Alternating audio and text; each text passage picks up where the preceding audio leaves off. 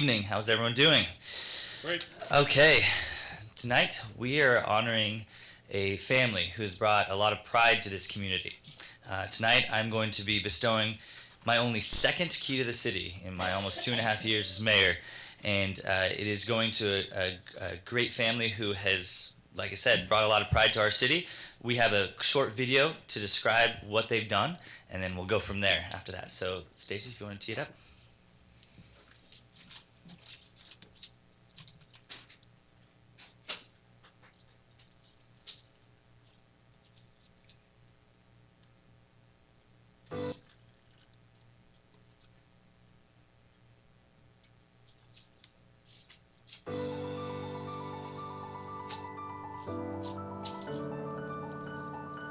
No one thought this little experiment would endure.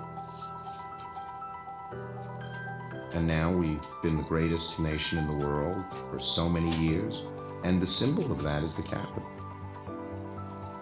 It's timeless.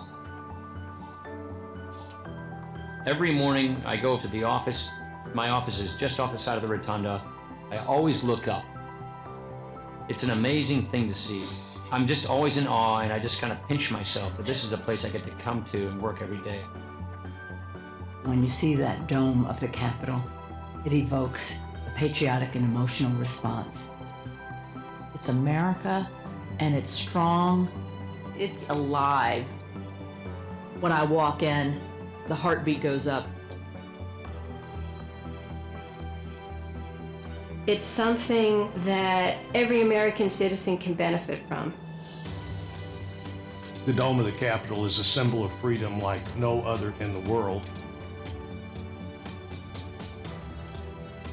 What it represents is the people's dreams of this country and everything that everybody has ever fought for. It represents who we are as American people. It represents our oneness and our unity as a nation. If you want to see a picture of the American democracy, take a look at the Capitol. Charles Bulfinch built the first Capitol dome. Thomas E. Walter was the architect of the Capitol in 1850. He tripled the size of the building. And suddenly the dome wasn't nearly big enough. So Walter did a drawing of this incredible new dome sitting on top of the old building. He actually hung up that drawing in his office. And congressmen and senators would look at this magnificent drawing. They quickly said, "We've got to do that." And lo and behold, they did. They did look at the weight of the dome on the existing stone foundation. They also wanted some fire resistance. And they wanted it to last a long time. It was pretty obvious that that meant cast iron. Civil War breaks out in 1861. The contractor, James Fowler Kirkland & Company, continues building the dome.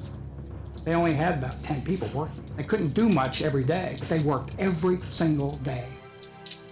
You just have such an appreciation for the people who actually built it to begin with. The craftsmanship that goes into these ornaments that are made by hand. For example, one column Capitol can comprise of over 200 pieces. They're put together like a little puzzle where you put each piece together and then you put one final pin in that held it all together. And they're all very well detailed. You know, they have the veins and the leaves showing. They didn't have the same modern tools that we have. They certainly didn't have the conditions that we have. They were in the middle of a war. But they managed to do this, and it's absolutely amazing.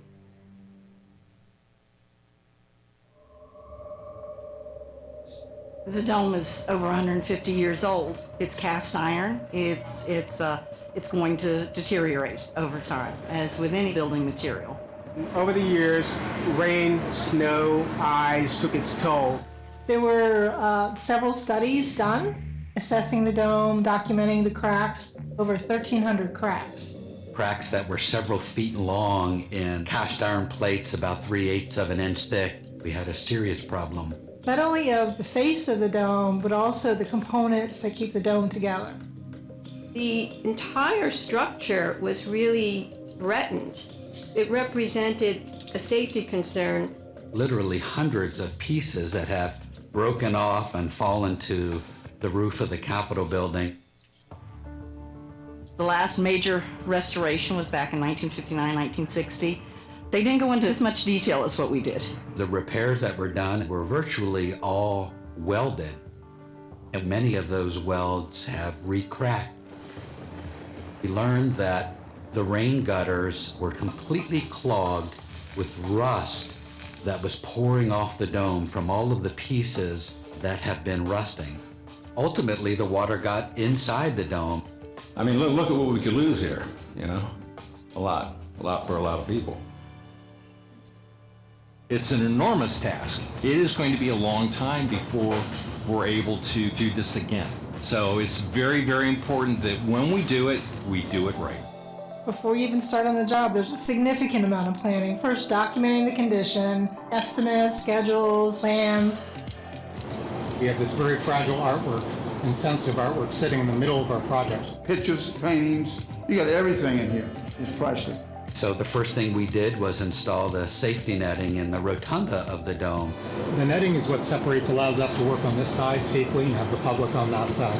So if a piece of cast iron were dropped, a tool, dust, any of that can't make its way through. A huge part of this job was the scaffold. I mean, if you look at the unique way the scaffold was put together, both on the interior of the rotunda as well as the exterior, and that makes or breaks you for the entire project. So we ended up with 25 levels of scaffolding. And if you laid them end to end, about 55 miles of scaffolding. The lock and stitch saved this building, and it's stronger than the cast iron. The lock and stitch method is a mechanical fastening of two pieces of cast iron. Use the lock and stitch to seal a crack, so you fill it in with the steel instead of cast iron. A series of pins are installed, and the stitches are installed perpendicular, and the head of the pin shears off at the right torque. And grind it down, lock it, and it's done. The balustrade around the Tholos level of the dome was in such poor condition, the entire thing had to be shipped to the foundry. Perfect. I wanted to leave you with one quote that was just said, is that the lock and stitch saved this dome. And that is from our community right here in Turlock. So if the Reed family wanted to come up, Gary, where's Gary? There he is in the back. I didn't even see you. Give him a round of applause as they come on up.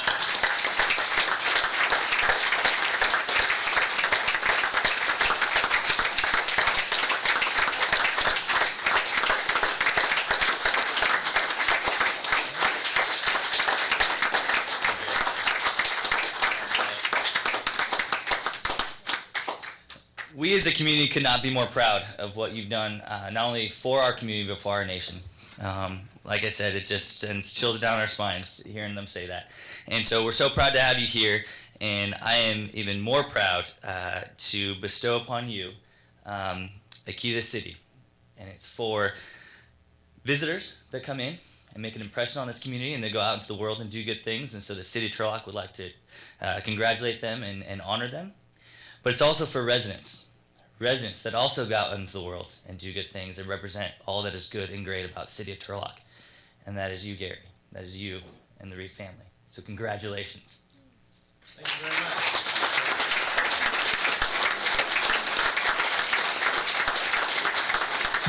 Oh, you're not done. You're not done. Oh, yes. Oh.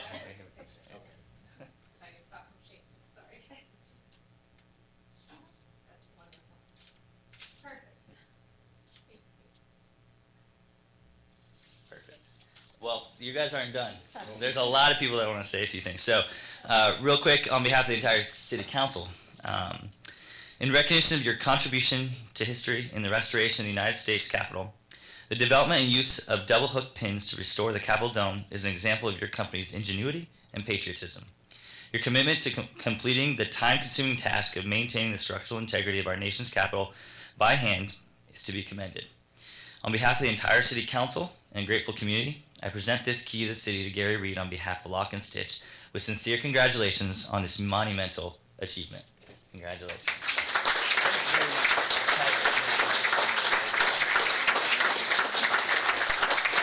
And with that, we also have a video of another person that would like to say a few words as well.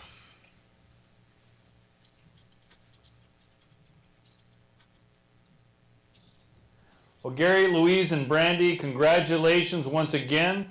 Thank you for giving me not only the tour of your great facility in Turlock and introducing me to all of your employees, creating local jobs, but thank you for the amazing job you did right here at the U.S. Capitol. You have some amazing technology, and I know that it is very secret. Most people probably haven't seen it, but let me show you this secret technology right here that went to fix the entire U.S. Capitol dome. Now it's going to be fixed for decades to come for future generations, and it is a real sense of pride that I have to have a local small business right here doing big work, big things in Washington, D.C. Congratulations. Absolutely.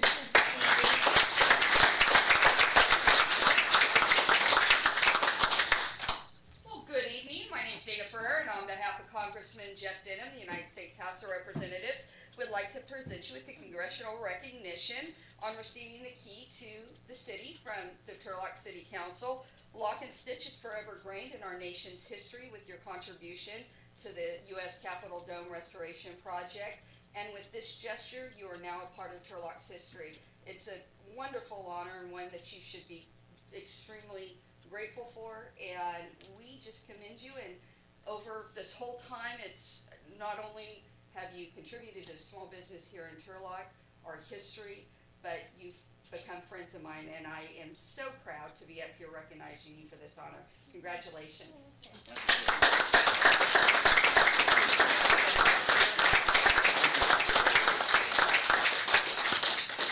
We keep. This is yours. Absolutely. So we're also very proud because you are a successful small business, and so we have the president from the Chamber of Commerce that would like to say a few words as well. Ditto. Good friends, great community involvement, and over 20 years of membership with the Chamber. You give back to your local community, you're a part and supportive in so many ways. Brandon Devines, and just appreciate all you do for our nation, for our local community, and thank you for representing Turlock so well. Thank you.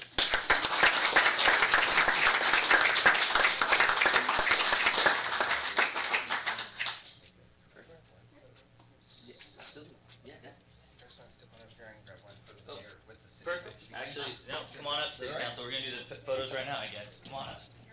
Perfect. Gary, you stand next to Gary. Gary. And then we got the city manager. Everybody.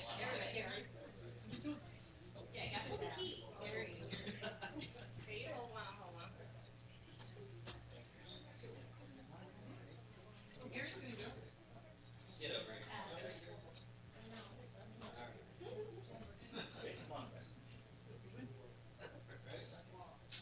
Smile. 1, 2, 3. Perfect.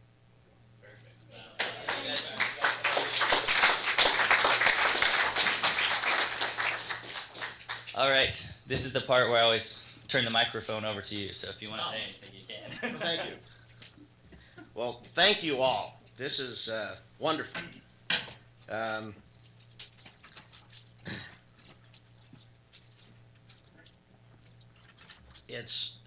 It's very rewarding to be recognized, for what you do in the community.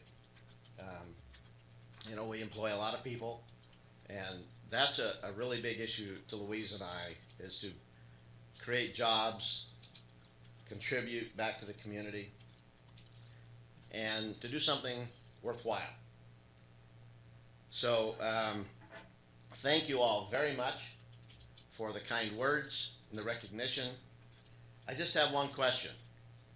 What does this fit? I asked Greg Eisenhower if it would fit his bank door, and he says, I don't know. I know. Well, it doesn't really fit anything. We do thumbprint imprints now. Right? Yeah, congratulations. Thanks, Sierra. Thank you. Thank you so much. Thank you.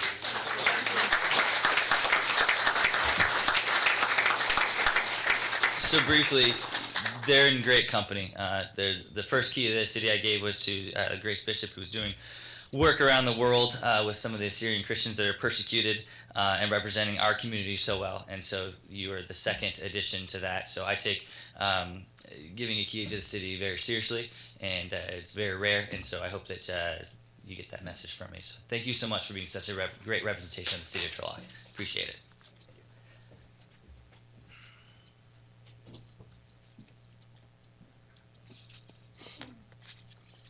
All right, now we'll move on to Commute Connection, presented by Carrie McNichol. Come on up, Carrie. Try and top that presentation. Yeah, I was just That's going right. to say, that's a really tough act to follow. Thanks for setting me up like that. Really feel primed for success right now.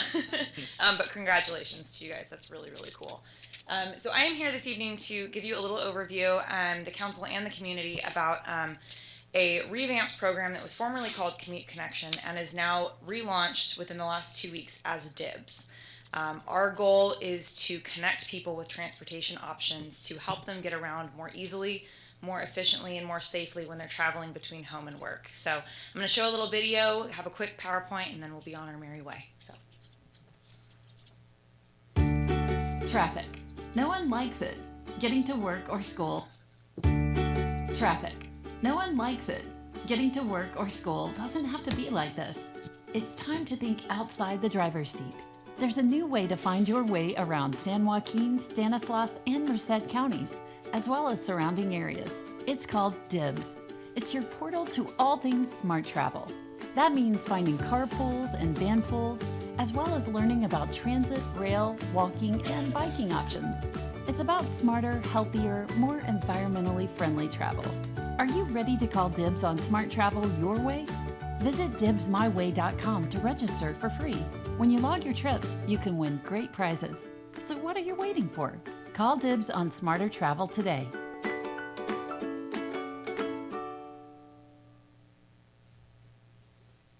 All right, so just as a little background, is there a clicker I can use? Yes. Awesome, fabulous. I'm so well equipped here. Thank you. So just as a little background for you, the Commute Connection program was established in the late 1970s in response to the resource crisis at the time, the need to conserve. A lot has changed since the late 1970s, as you may have noticed here and there. Including some of yourselves, perhaps. So we recognized that there was a need to revamp the program to make sure that we were keeping up with modern times and to make sure that we were in touch with what the needs of the community was. So we undertook a process within the last year to look at what the needs were for the Central Valley, San Joaquin, Stanislaus, and Merced counties, and to look at how we could best meet them to help people get to work more easily, more efficiently, and to help improve our air quality along the way. So as you heard in the video, DIBS does more than just give you directions. We offer transportation options, incentives, tips, and even emergency rides home. We also bring carpool and van pool participants together. You want easy options designed to fit your needs. We're your portal to save you money, reduce road congestion, and improve air quality. It's about smart travel your way. So all of our services, I should add, are free. We are part of a partnership between the Stanislaus Council of Governments, the San Joaquin Council of Governments, and the Merced County Association of Governments, who recognized that there was a need to promote these alternative modes. So our term for that now moving forward is smart travel. So we want to build a community of smart travelers, and these are our folks that are going to work, school, or play with other people in carpools, van pools, biking, walking, and with the overall goal of decreasing traffic, lessening the impact on our roadways, and of course, improving our air quality and the health of our communities.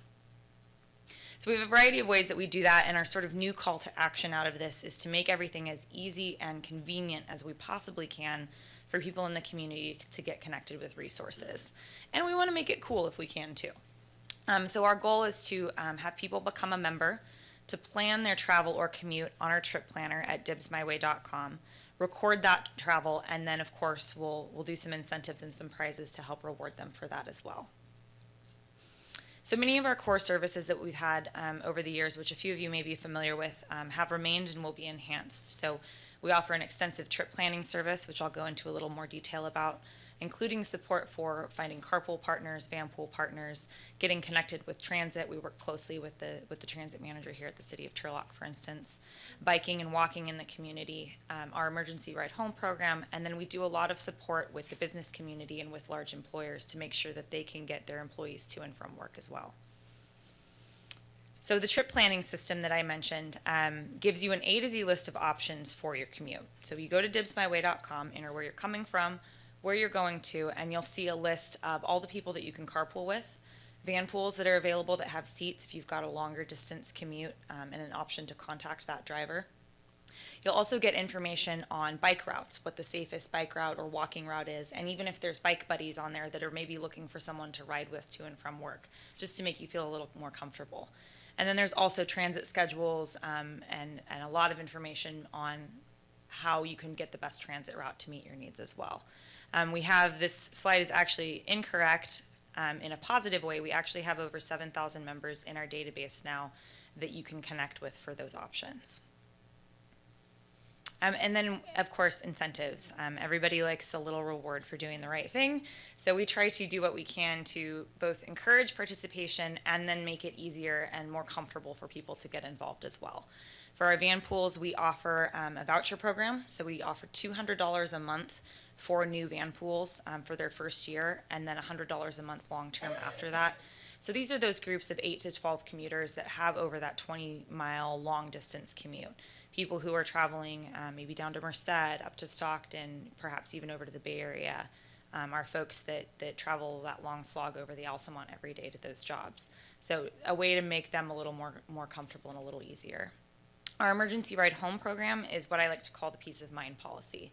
We have a lot of people who say, it's, oh no, what ifs. Oh no, what if my child gets sick? What if a tree falls on my house, God forbid? What if I get sick, I have to work late, my ride leaves?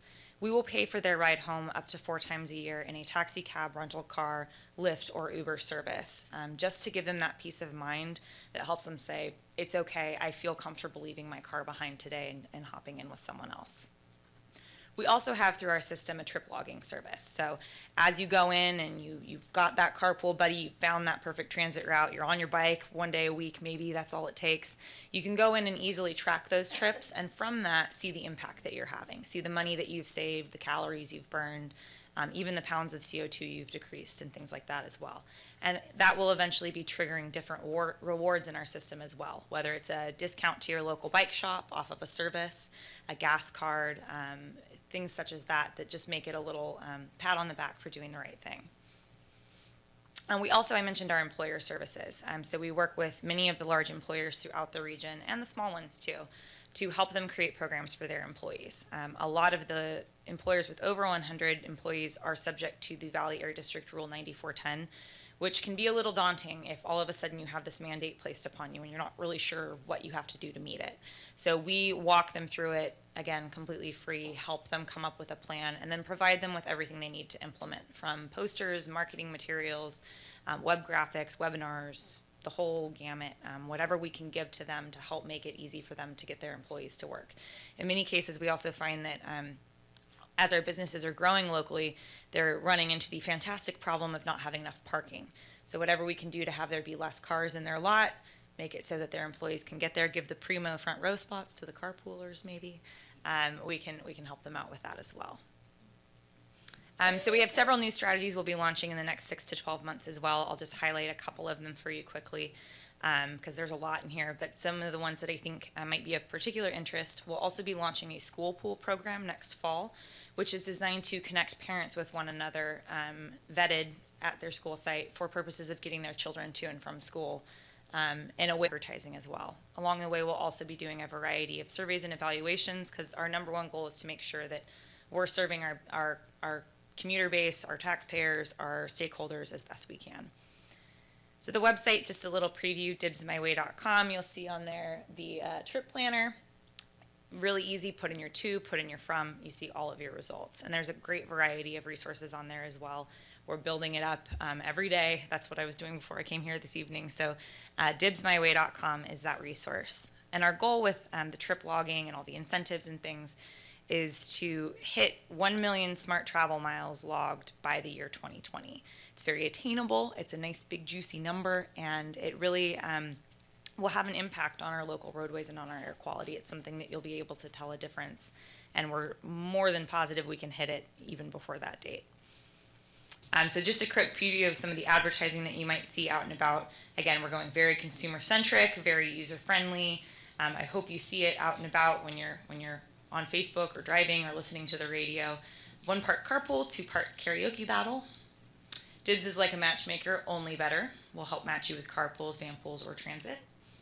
Get your buns in gear. Again, a bike-centric one. Give your car a vacation. Dibs Day is all about smart travel and giving your car a little break. So up next, some of the things that we have coming up, just to tease it for you. May is National Bike Month. We've done events in Turlock a number of years, and we're hoping to coordinate one with the city again this year. That's in progress, so stay tuned for that date. And it encourages people to try biking or walking to work just one day during the month to see how it goes for them, and then of course they're entered for prizes. And we've got good stuff this year. We've got bikes and Apple Watches and all kinds of fun swag, water bottles and sunglasses and the whole deal. And then we'll have a variety of community events planned throughout Stanislaus County. So if there's another community that you work in, we can help you have some fun there too. And then we're always looking for ways to help spread the word, whether that's presenting to a community group that you have at your place of business, your Rotary clubs, your chamber groups, whatever it might be. We're more than happy to do that. We'll customize it to whatever your needs are. Go on, try the system, sign up, check it out. Tell your friends and family. I know we all know that one person who's got that hour and a half long trip to get to work. So we want to be there for them. We want to help make that easy for them and save them some money. I will leave it at that, and I'm happy to take any questions that you may have. Again, my name is Carrie. That's my contact information, and we are here to be a resource for you, and we're excited about it. So. Perfect. Any questions or comments for Carrie? Any questions or comments from the audience? No, you do a great job. I've heard your presentation before at StanCog. It's good every time, so thank you so much. And there are brochures, and I call dibs Post-it notes in the back and some buttons, so make sure you grab one on your way out. Awesome. I like it. Thanks so much, Carrie. Moving on to item C, appointment for the Tourism Evaluation Panel, a member and alternate member. I would like to suggest that Councilmember Bublak be the member and Vice Mayor DeHart be the alternate member. Do I have a motion? Do I have a second? Second. All right, we have a motion by Councilmember Jacob, second by Vice Mayor DeHart. Clerk, please call the roll. Appointing Councilmember Bublak as panel member and Councilmember DeHart as alternate panel member of the City of Turlock Tourism Evaluation Panel. Councilmember Esquer? Yes. Councilmember DeHart? Yes. Councilmember Bublak? Yes. Councilmember Jacob? Yes. Mayor Soise? Yes, motion carries 5-0. Thank you, too, for both volunteering to do that. I appreciate it. Moving on to the California State University Stanislaus update from our Student Government Relations Coordinator, Noriel Mustafa. Noriel, come on up.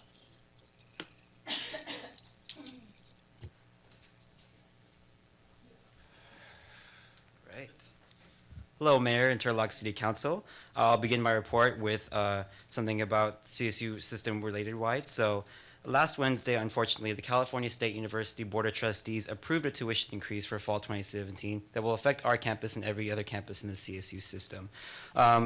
All hope isn't lost, though, because the CSU Board of Trustees has the option to resend this tuition increase only if the state fully funds the CSU system. So student leaders from our campus and campuses all over California are advocating in the Capitol to ask for a fully funded CSU system.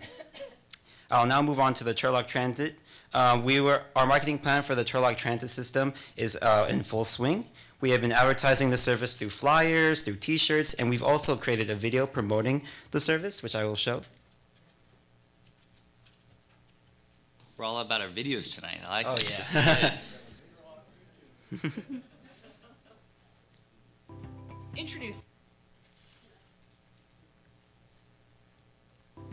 Introducing Turlock Transit, provided to students for free from your ASI student government. Students can now use the Turlock's new accessible, convenient, and sustainable public transportation for free just by showing your student ID card. There are 2 locations for pickup on the perimeter of campus. One stop is located on Monte Vista near University Circle with another across the street. There is also one on Christopherson Parkway, right outside the entrance of our housing parking lot. Just look for the green Turlock Transit signs. By downloading the ASI USU app and touching the Turlock Transit icon, you will have access to system routes, bus schedules, and a rider guide. All of these tools will provide you with an easy way to check when the next bus will be arriving to pick you and your fellow warriors up and take you to places such as the Target shopping area, Turlock's downtown, your neighborhood Walmart, and the Turlock Transit Center.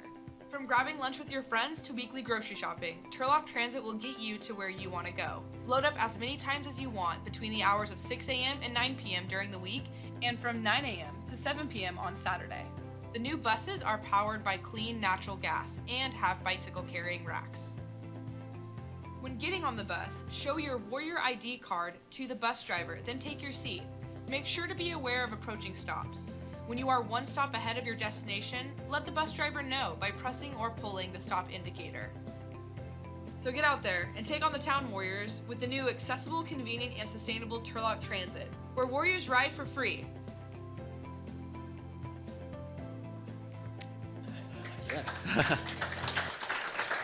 Thank you. Thank you so Dibs, much. I apologize. We didn't clap after Dibs is there, so we'll clap for Dibs as well. We're equal opportunity. Yeah, that was really great. Great, thank you. And the video was narrated by our own ASI President, Nicole Larson. Yeah. So to conclude my report, I just want to announce that we'll be having our third annual one-on-one with the mayor event on April 4th from 5:30 p.m. to 6:30 p.m. in the Stanislaus State Event Center. So members of the community are definitely welcome, and we're really excited to have you again, Mayor Swaytheth, on our campus to talk to students. Absolutely. Anytime. Any questions or comments from Noriel? Great. You guys are doing good stuff. Thank you so much.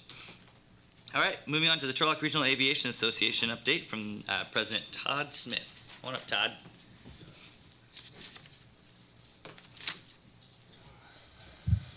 Mayor Swaytheth and City Council members, my name is Todd Smith. I'm president of the Turlock Regional Aviation Association, and this will be the first quarterly report that I'll be giving on an ongoing basis, as we all discussed earlier in the year.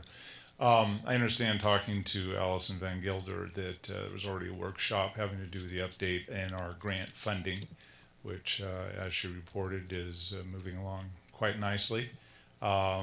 And for me, as kind of managing the airport, believe it or not, even though that we probably won't be under construction until late fall, it's actually good for us because of the activity in the summertime is our heaviest at the airport, and the pilots are very concerned that the runway would not be accessible during that period of time. So it actually works out well. So the objective of these quarterly reports, first and foremost, is to ensure the City Council the financial viability of the airport, and what we're doing to ensure that that continues on. In that regard, we are very solvent. I just asked our treasurer to give an update on our financial position, and we are doing quite well. With our receivables, majority of which are from leased land, or ag land, and hangars, and tie down. So we don't fall behind in that with the people that are out there. They pay on time, because if they don't, they have to move their aircraft. So there's an incentive to make their payments timely. The second item is what we're doing also to expand that revenue source. We have two primary revenue sources out that. One, leasing to aircraft. The two is that the hardscape of the airport is literally 50 acres. That's the runway, the taxiways, the hangar area. We have a 300-acre parcel of non-irrigated land. But believe it or not, we can dry farm. So we've had an ongoing dry farming operation out there that would like to expand in different areas, and it could be an additional revenue source that we were kind of unaware of, which is a good thing. So that's a real plus. And then we have some extra hardscape area that we're leasing as well, and we're going to be expanding on that. So from a financial standpoint, we're looking really good. The other thing I want to report on is the events that we have coming up. One that's a public benefit to one of the services at the City of Turlock, and that's the fire department, and that is our annual wildland fire exercise that's coordinated by the City of Turlock Fire Department, with involvement from multi-agencies. We've done it 2 years now, extremely successful, a very win-win situation for us, in that because the property is in Merced County, we have to adhere to some weed control issues, fire breaks, these kinds of things, and it's very expensive to weed spray on almost 300 acres. So with that fire exercise, it actually eliminates that for us and then provides a training platform for these agencies. So that's going to be occurring again this May, mid-May. And lastly would be what we'll call our community outreach, which until we started having discussions about the latest round of funding was there's not a lot of knowledge of the Turlock Airport, where it is, not the Turlock Airport on the highway. It's 9 miles out of town in Merced County. And what we've been very successful there is our ongoing Young Eagles program, which now we're having on the calendar every year in September, probably the second or third week in September, which has been proven to be very successful for us. And then we'll also discuss other outreach programs that we'd like to discuss with the chamber and staff members here at the city. So that's it for this first report. Anybody have any questions? Any questions or comments for Mr. Smith? No? Any questions or comments from the audience? No, we appreciate everything you guys are doing out there, and you're right, the Young Eagle program is great, so if we can get that every year, that's awesome. Absolutely. Great, thank you. See you out there. Thank you so much, Todd. All right, moving on. My favorite item. I mean, all the items are my favorites, but the pet of the month. Come on up, Glenna. I know.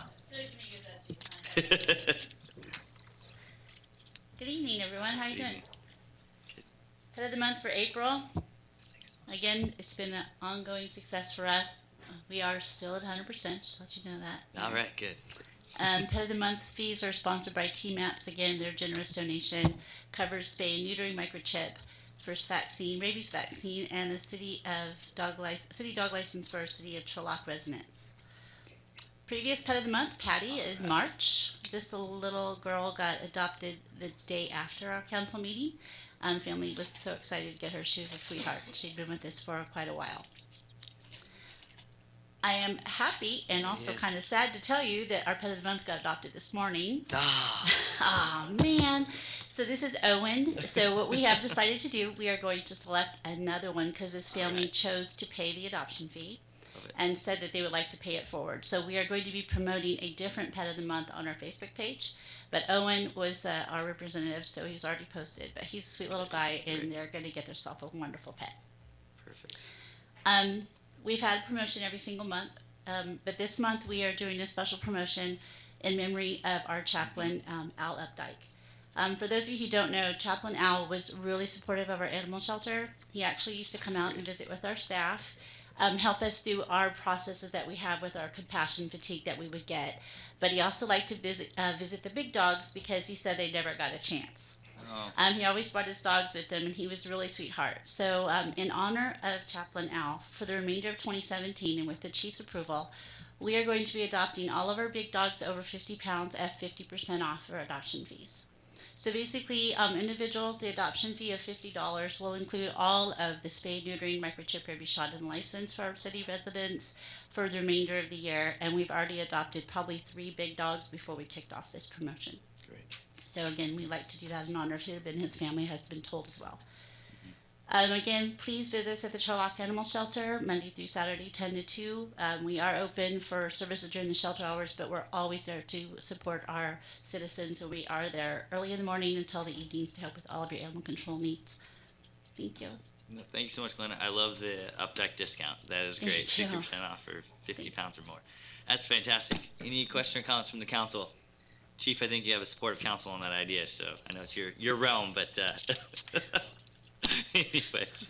All right, moving on. Thank you so much, Glenna. Thank you. All right. Perfect. Perfect. It's kind of fun, Mayor and Council, good evening, and it's kind of funny I said Glenna, stay here. Yeah. We come up here every month with our Pet of the Month, and we show you these wonderful dogs, and I was out there today, and Owen was very tired looking. Looks like he just came from the vet. He had surgery, yeah, he had surgery. We won't talk about the surgery, but it's an amazing job that our animal services does for the city of Turlock, and we should all, and I want to publicly thank Glenna for the amount of time and hours she puts in there, and her staff. It's just it's amazing at what they do with so little. So I just wanted to publicly thank her. And the idea with Al is all hers, and I support it 100%. So thank you for the job you and your staff do. So thank you very Thanks much. so much.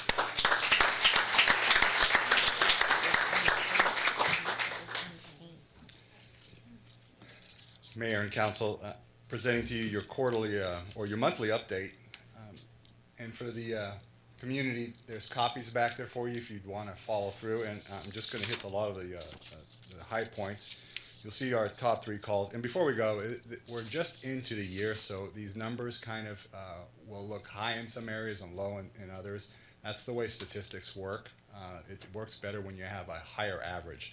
But I do want to point out, and I think Mayor and Council will see this, that if you look at the burglary by types, you'll see a huge increase in our commercial burglaries for the month of February 2017 versus same time last year. And I want to point out that the reason for that, and for the public's information, is we had a rash of burglaries in regards to our dental offices.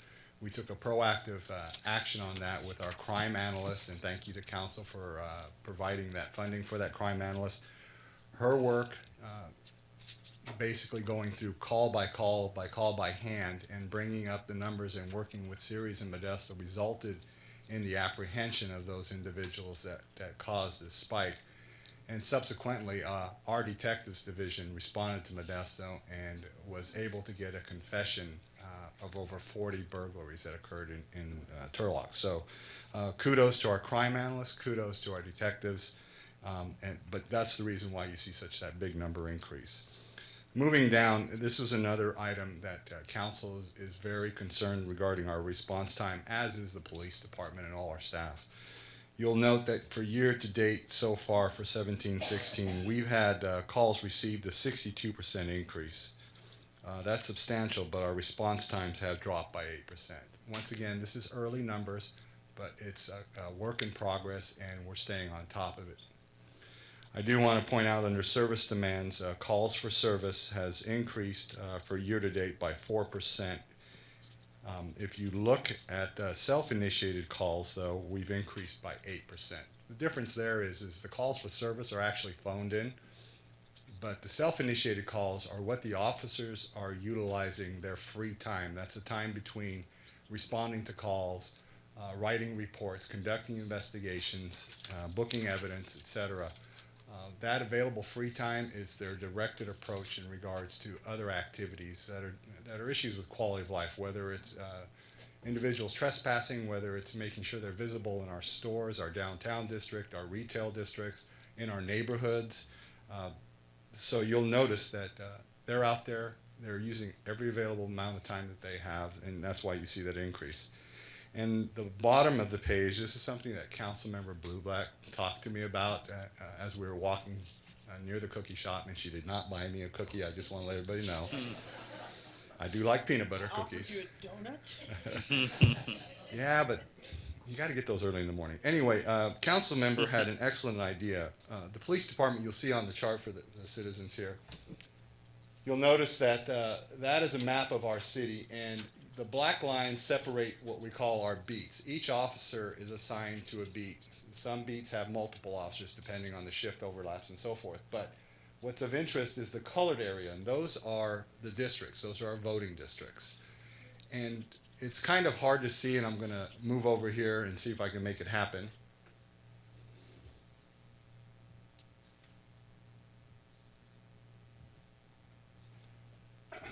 So as we expand, you'll see those little numbers that say B004 and so forth. Those are called reporting districts.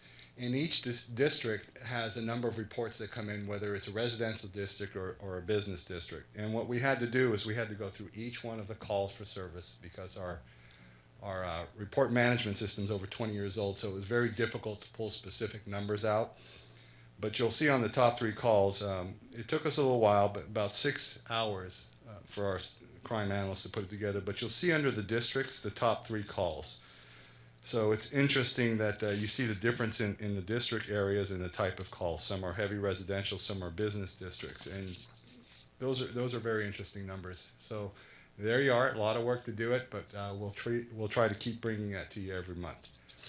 I'll turn over to the back page, and this is where we identify a lot of the special issues we've done in regards to detectives, probation, and deployments. I will tell you that we're all very familiar with the mailbox thefts that have been going on up and down the state of California and parts of Arizona. It's nothing new to Turlock. It's a statewide problem. We've worked diligently in the city of Turlock with our postmaster and our postal inspectors out of San Francisco and Fresno, along with the mayor and some of our community members. And through that diligent work, we were able to make several arrests. We began probation sweeps, and we will continue to do these type of operations, which have resulted in another arrest today. While it wasn't in regards to mailbox theft, we did recover several hundreds of dollars of stolen property. So they are being productive, and we are getting out there and doing the work. I don't want to take up all the time. There's quite a bit of information in here, and the last one here is our Part 1 crimes. You will notice, once again, we're talking about 2 months' worth of numbers here, so you'll see huge spikes in certain areas. You know, your homicide and your forcible rapes, those are incidences that we don't have control over. Those are usually crimes that involve individuals who know each other or have had some type of relationship more often than not. But you will see a spike in those numbers. With that, if you have any questions, I'm here to answer them. Any questions or comments for the chief? No? Any questions or comments from the audience on this? No, I appreciate it, Chief. Thank you so much. Thanks. All right, moving on to fire station exhaust removal system. An update from Chief Taloni. Good news update, right, Chief? Right?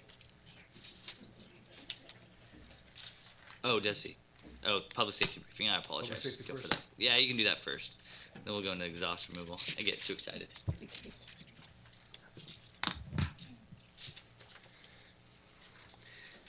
Well, good evening, Honorable Mayor, City Council. The Public Safety Briefing Report for February 22nd, 2017 to March 22nd, 2017. If you would please go to page 2, the table of contents, for your review. Page 3 has a total calls by incident group. Those are the highlights. I'll give you now as fires. We had 19 fire responses. Rescue and emergency medical service incidents were 312. Hazardous conditions were 8. We had 40 calls of service calls. Good intent calls were 78, and false alarms totaled 28. On page 3 and 4, we have total calls of incident type. Those highlights of the 19 calls broken down were 2 building fires, 3 cooking fires, 3 passenger vehicle fires, 4 outside rubbish fires, and 4 dumpster fires. There were 7 motor vehicle accidents with no injuries, 15 motor vehicle crashes with injuries. We had EMS calls for patient refusing to include a non-motor vehicle accidents of 281. We had assist invalid, which are lift assistants, for a total of 23. Smoke detector activation, no fire unintentional, or 7. Fire alarm system activation, no fire unintentional, were 7. And on page 4, total calls by property use. Fire responded to a church, mosque, synagogue, temple, or chapel 6 times. Restaurant or cafeteria, 9 calls. And 24-hour care nursing home with 4 or more persons, 32 times. Continue on to page 5, property by property use. 1 or 2 family dwellings, we responded 170 times. Multiple dwellings, 77 times. Residential street, road, or residential road driveway, 25 times. And 20 street or road and commercial area incidents. At the bottom of page 5, we added something new for you. In order of business district. So Station 3 was our busiest, 138 calls. Station 2 district, 120 calls. Station 1's district had 119 calls, and Station 4 district, 108. Total calls by fire station, Station 1 had 142 calls. Station 2 had 109. Station 3 had 134 calls, and Station 4 had 103. Page 6, the incidents broke down by pie chart with the numbers and percentages. So if you would notice on page 6, we had 283 emergency calls that totaled 56.8% of our runs for that month. Fires were 19, that totaled 3.5%. Public assists was 6.8% with 34, and fire alarms, a total of 28 for 5.6, and canceled with no patient contact, 15.1%, 75, just to highlight that area for you.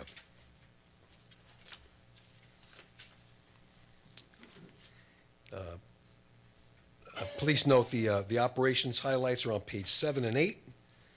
And I would like to point out that Engineer Kevin Tidwell was promoted captain. He ranked first out of 6 very respected candidates. And training highlights are on page 9, fire prevention highlights page 10. And I would like to note neighborhood services, page 11, and the pie chart and graph on page 12.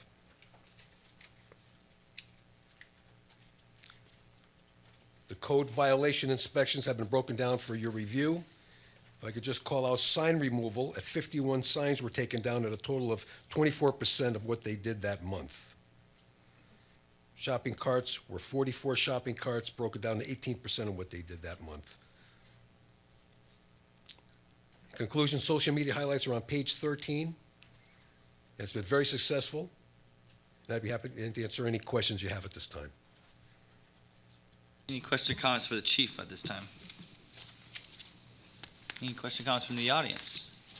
One of the things that I've talked about, and this actually bleeds away from fire, but it does trigger something that is very cyclical and happens every spring, is that we're very disciplined about contacting property owners for weed abatement, for keeping their properties clean. But unfortunately, we do still need to keep the pressure on some of our partners that do operations throughout the city of Turlock, including Caltrans, including a couple other larger parcels that are for sale that sometimes have been for sale for years on end, and so they get neglected. So I do think that at some point it doesn't have to happen immediately, but we do need to keep that pressure on and identify those properties and the owners and or those listing agents that are responsible for that property and talk to them about weed abatement. It's only fair if we ask certain property owners throughout the community to do it, that we'd ask all of them. Yes. Absolutely. Sorry, Fire Marshal was looking at me, probably more work for him, but anyhow, I know you guys can do it, so thank you. Take care of that, sir. Thank you. All right, perfect. Now let's get on to fire station exhaust removal system, if that's okay with you.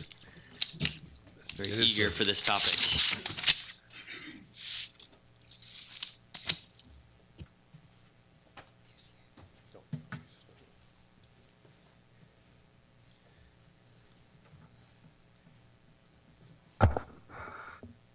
Well, a brief history of the project where we are today. The City Council approved the fire station exhaust on November 15th, 2016.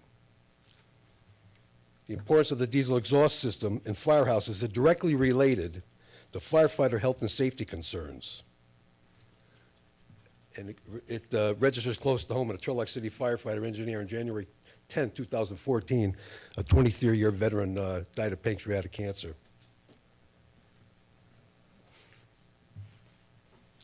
The National Fire Protection Association, which is the fire department's Bible, and the International Mechanics, we chose a direct source capture system, hose-based, most recommended for fire departments. The advantages: the diesel exhaust is captured before they enter the fire station. There was a bag on that. I took it off of, and that gets hooked directly to the apparatus exhaust system. So as soon as the apparatus starts up, the exhaust goes right up that hose.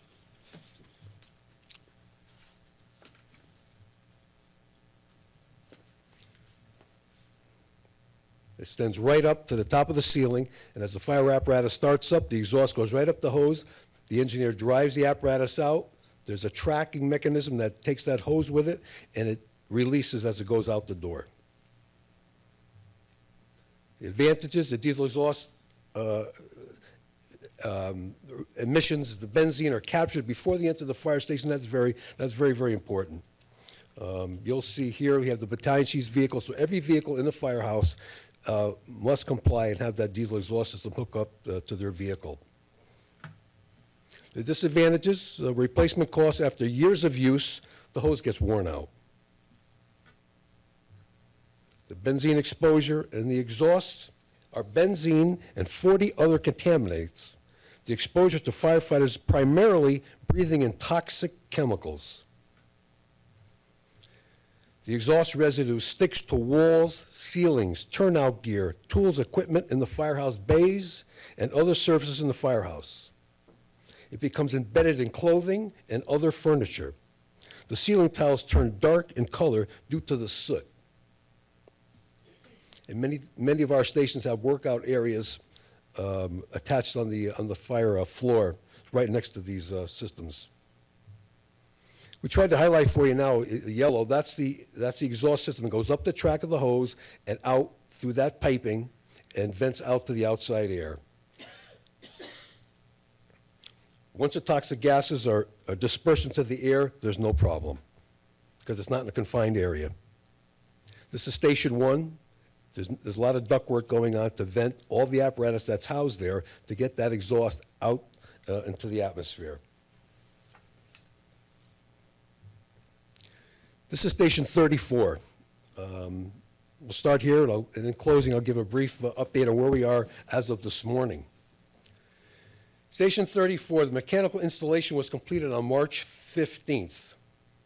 This is an installation issue going on. The horizontal pipe that you see circled, the exhaust exit vent pipe will have to be raised to accommodate the height of the new engine.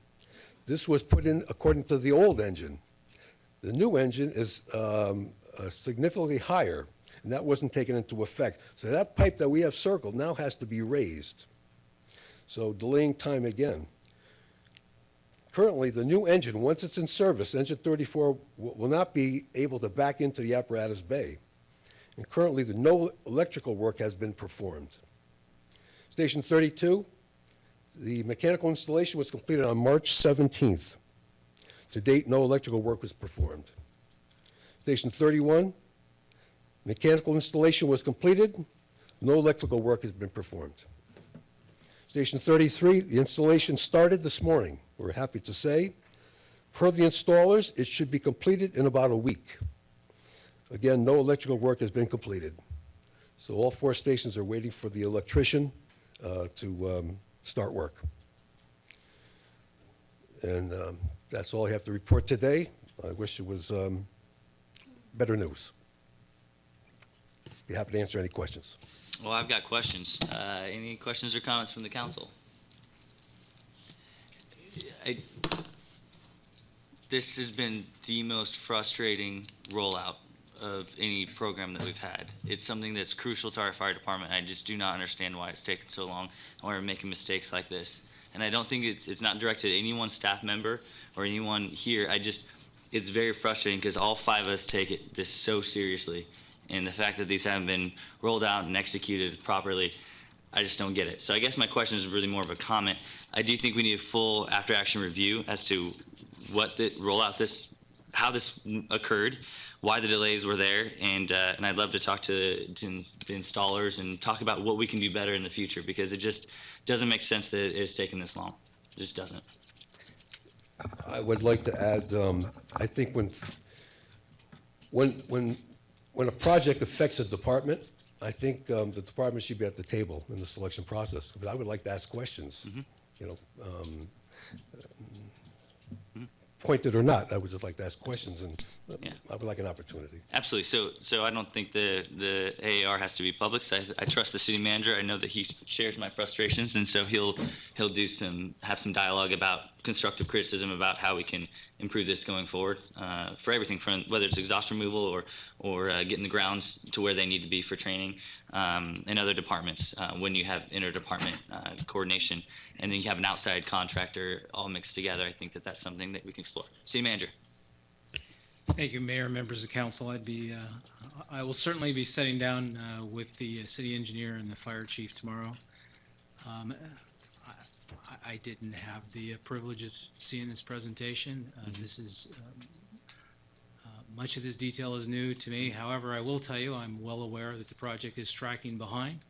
I'm aware that the installers I believe after completing their first day of installation, were involved in a collision traveling back to their shop, and that has caused a delay. That's outside our control. The elevation that the pipes are set at, that's certainly something I want to delve into and determine whether or not we are incurring any cost on that. So we will have a further follow-up report for you. Absolutely. No, I have full faith in you, City Manager, on this one. Any question or comments additional from the council? Any question or comments from the audience? All right, perfect. And in closing, I put some blame too at this council for taking as long as we did to actually pass and approve these fire exhaust removal systems. I really feel like we should have done it sooner, but I'm glad we're doing it now, and I'm glad we're getting that up and running. So thank you so much. Thank you for support, Council. Thanks. All right, moving on, Measure L update. Good evening, Honorable Mayor and members of the council. As you know, on November 8th of last year, the citizens of Stanislaus County approved Measure L, which is a half-cent sales tax measure to fund street maintenance, transportation enhancements, pedestrian and bike improvements, transit enhancements, as well as several regional projects. On the 10th of January this year, council gave authorization to hire 5 full-time staff. We've been advertising those positions, and the application period has closed. We had 7 that qualified for interviews so far for land surveyor tech, 11 for engineering tech. We're still reviewing the applications for the public works inspector, but we had 40 applicants, so hopefully we'll have several dozen to choose from. We had 10 qualifying assistant engineer positions to interview and 3 associate civil engineer positions. Human Resources currently finishing up the review of those application packages, and we hope to have the schedule for the interviews here in the near future. Measure L will be in full force April 1st, so as of April 1st, we will start seeing the half-cent sales tax collected countywide. Our first project out the gate is the West Main Street from Lander Avenue to Walnut Road on the west side of the freeway. As the mayor stated in the State of the City address, we are focusing on West Main, and we are scheduled for construction by August 1st. Since we are currently have no dedicated staff for Measure L projects, and we lost our land surveyor tech to another agency, we are using one of our contract engineering firms to provide the survey and boundary work, and we are prioritizing our existing engineering staff for the preparation of the improvement plans, specifications, and bid documents. We have 24 active projects in design, so with the reprioritization, we will, in all likelihood, have some delays in those projects as we focus on West Main. We will be putting the highest priority on the projects that have defined deadlines, which are our federal grant projects, so we make sure that we hit our deadlines so we don't lose funding. Staff will also be working towards a groundbreaking ceremony for August 1st, and we'll be putting that together for the council to attend. At this point, I'd be happy to answer any questions you may have. Any questions or comments for Director Pitcock? Any question or comments from the audience? I appreciate the hard work you guys put into Measure L. So some of the audience, some people have asked me questions about you guys ramping up before Measure L was actually passed. Obviously, they're ramping up because West Main needed to be fixed, and so it was one of those things. If Measure L didn't pass, we're going to figure out a plan B. But with plan A, we wanted to be ready. So as soon as it passed, as soon as we start accumulating money April 1st, we'd be ready to go for this summer. So I appreciate your staff. I'm looking at Nathan too. Yeah. All of you guys for working so hard on this. Thank you very much. And our first distribution of Measure L funding is scheduled for July, I believe. So perfect. So it should correspond well with the groundbreaking. Perfect. Thank you so much. All right. Moving on, public participation. This time set aside for anyone in the audience to address the council on any item that they'd like. If it's pertaining to an item on the agenda, we'd ask you to hold your comments to that item. Mr. Treeweiler, come on up. And if it's okay, your comments, making Turlock a better place for all citizens. That's your comment. I love it. What do you have for us today? Mayor and Council, first of all, we are a great city, and I always want us to remember that. And I bring up subjects that seem to be a little bit foreign, but I am going to bring these all together sometime so that you can see what I'm really referring to. But we need to focus on Turlock's people and their happiness, their well-being, and their quality of life, rather than focusing on money and growth. Focusing on money and growth just creates an aristocracy benefiting only the rich. We need to benefit all the citizens of Turlock. Today, a sad event took place where one man, Donald Trump, signed an executive order that will increase our country's greenhouse gas emissions, thus affecting all people on the planet. Global warming is a fact. Global warming is caused by us human beings. And again, I will tie this together. Now, not everyone in the public, I'm going to have to start using visual aids. But anyway, I gave the council members a chart and some of the staff showing that 2016 was the warmest year on our planet. 2015 was the second warmest year on our planet. 2014 was the third warmest year on our planet. 2010 was the fourth, and 2009 was the fifth. And in the literature that I passed out to them, it also tells us, and this is NASA's information and NOAA's information, that out of the past 35 years, 16 of the 17 warmest years on record occurred since 2001. There's a pattern there, and that's what we need to get. And it is important for the city of Turlock, and again, I'll bring that to your attention later on. I also included for them information on what science is and how and why it works. I'm going to read just a little bit of this. Science distinguishes itself from all other branches of human pursuit by the power to probe and understand the behavior of nature on a level that allows us to predict with accuracy, if not control, the outcome of events in the natural world. Science especially enhances our health, wealth, and security. Tonight we had Carrie talk about CO2 emissions. I mean, one of the reasons why we want to use bicycles, why we want to do carpooling. The scientific method which underpins the achievements can be summarized in one sentence, which is all about objectivity. Do whatever it takes to avoid fooling yourself into thinking something is true that is not true, or that something that is not true is. Just a quote, or just another section here, we talked about the state, or the federal Capitol building today, and we had the person who did the work right here receiving a key from our city. The same president, because in 1863, a year when he had more pressing matters to attend, Abraham Lincoln, who was also the president in 1861, signed into existence the National Academy of Sciences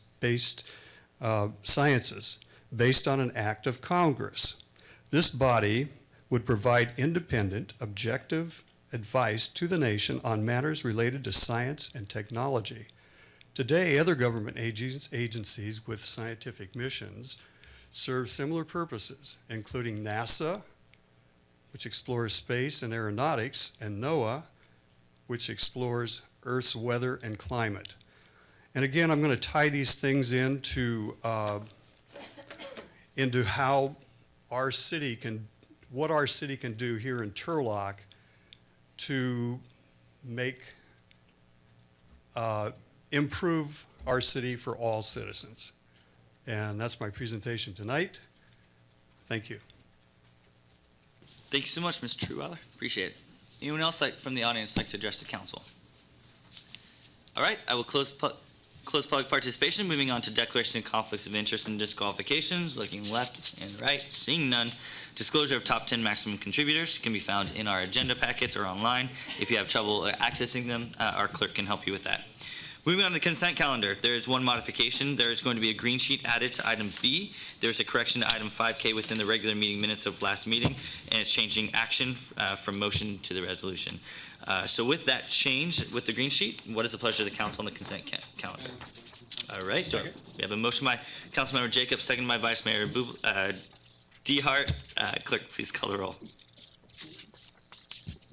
Adopting the consent calendar, Councilmember Esquer, Yes. Councilmember Dehart, Yes. Councilmember Bublak, Yes. Councilmember Jacob? Yes. Mayor Soise? Yes, motion carries 5-0.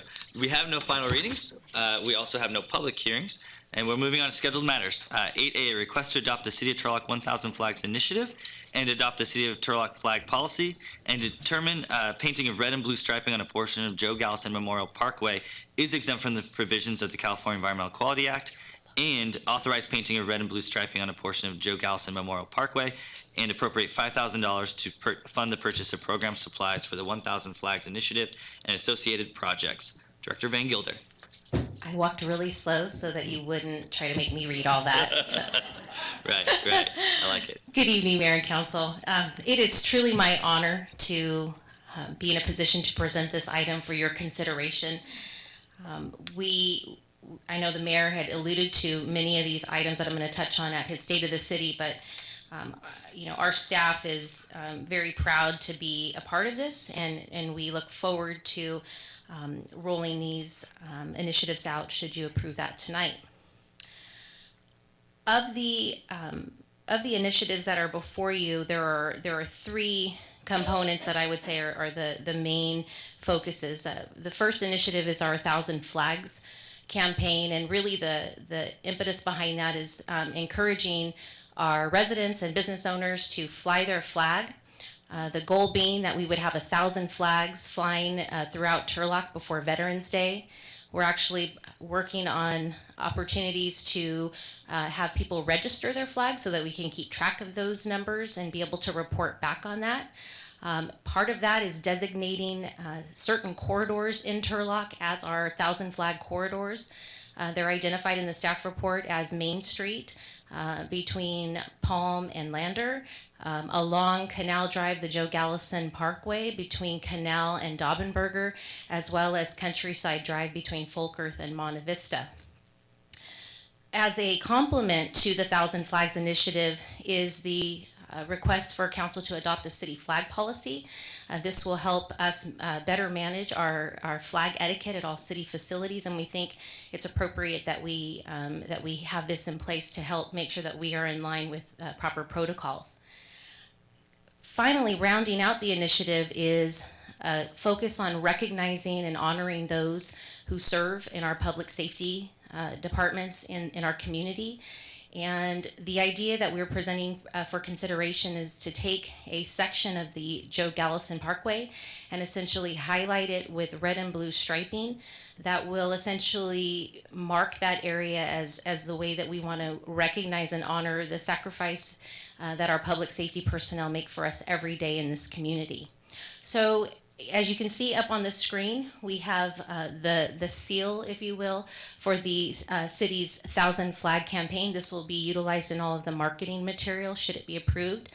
And I want to just recognize the fact that, and I think council, you will approve or you will agree that some of our city's best initiatives and program ideas come from our constituents. And this is a very special one in that it really started out with kind of a negative situation involving one of our very own residents. And Mr. Vincent, I know you're here tonight. I'd love you to come on up, do you mind coming up, to share your story as to how all of this came to be. And then Mayor, if you could also. Good evening. Thank you, Mr. Mayor, Council, members of the audience. A couple of years ago, I went out to check my flag. I designed a flagpole in my front yard, special one, that involves the Army, Navy, Air Force, and Marines on it. But the flag was burnt. Jeff Denham came down and presented me with a flag that flew over the nation's capital. I appreciated that, appreciated his concern. And I thought about it, and I brought a notion to the mayor that we should try and get, I know it's a far-fetched thing to think about, but every city, every building in Turlock to have a flag on it. Let the people know that we're proud of that flag. Men are dying every day to protect that flag. It's an emotional thing to me, sorry about that, but they say men don't get emotional. Yes, we do. So if we could work on that. And I would like to take this time to thank publicly Channel 13 for coming down. They did a pretty nice piece on it. So, thank you. Yeah. No, thank you, Mr. Vincent, for bringing that to our attention and my attention. You know, you did bring up that point about putting it on every single house and every business. I thought let's take a bite at the elephant and go with 1,000 first, and I think we're going to surpass that and keep going for 1,000 more after that. So I appreciate everything you've done. I'm sorry you had to go through that very negative thing. Allison's correct. It was a negative experience, but I think almost a year later from when you brought this to me, I think we've come up with a really good solution, and it brings into a lot of different elements. We've been trying to honor our public safety personnel more as well, and I think that this is going to be a great initiative, and I do think that we can reach our goal to get to Veterans Day. So before we go further, I want to just give you a round of applause. Thank you so much for everything you've done.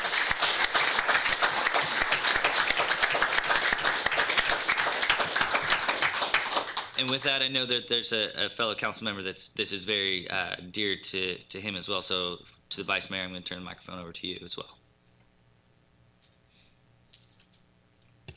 Thank you, Mr. Vincent. You know, the last full measure of a sign that indicates one's commitment, one's devotion, is represented in the flag that drapes the casket as it's lowered into the ground. And there have been many. There have been too many in the course of our history. There are as many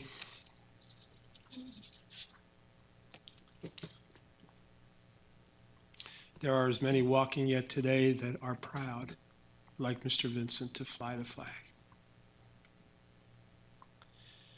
It's an opportunity to say, this is something that matters. And I think that when we as a city can say this is something that matters, and it's something that we can get behind and support, that we need to exert all possible effort to do just that. Let's get behind it and support it.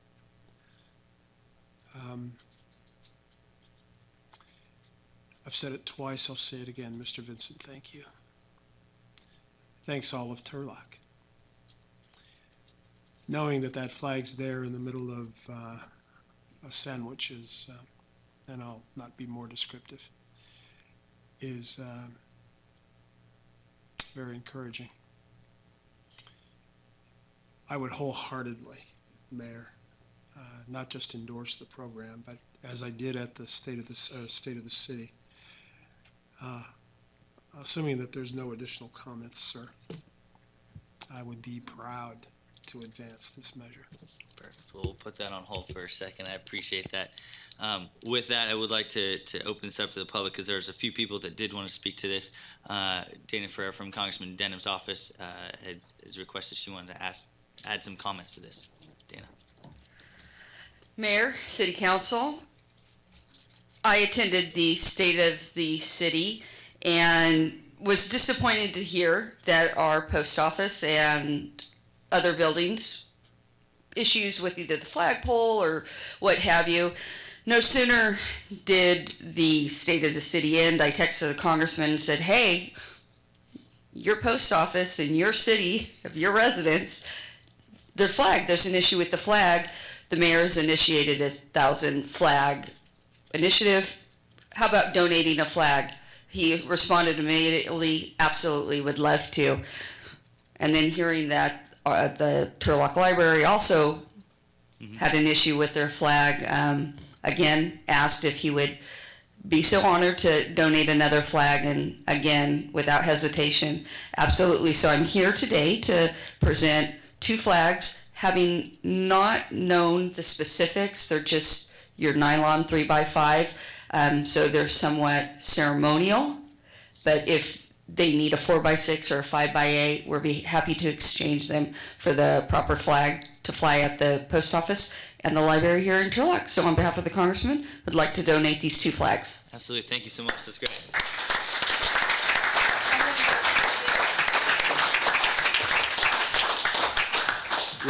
We're going 9 by 12. Actually, we're going to go pretty large.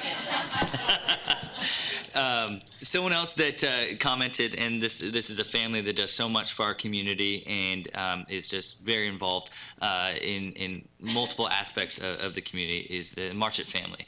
And so I'm going to ask you guys to come forward and talk a little bit about your perspective involvement. Alan Marchant, President of Turlock Scavenger Company. Again, I apologize because I was not able to make your speech addressed to the city. I read it in the paper, and when I heard the same thing, that our library did not have a functioning pole, I guess, and didn't have a flag, that bothered me quite a bit. So I made a point of calling the mayor's office and telling him that we would be happy to donate whatever it takes to get the pole working again, get a flag. So Congressman Denham took my thunder. But that's okay. Welcome to the club. If whatever's needed, and I know you're looking at doing the 1,000 flags.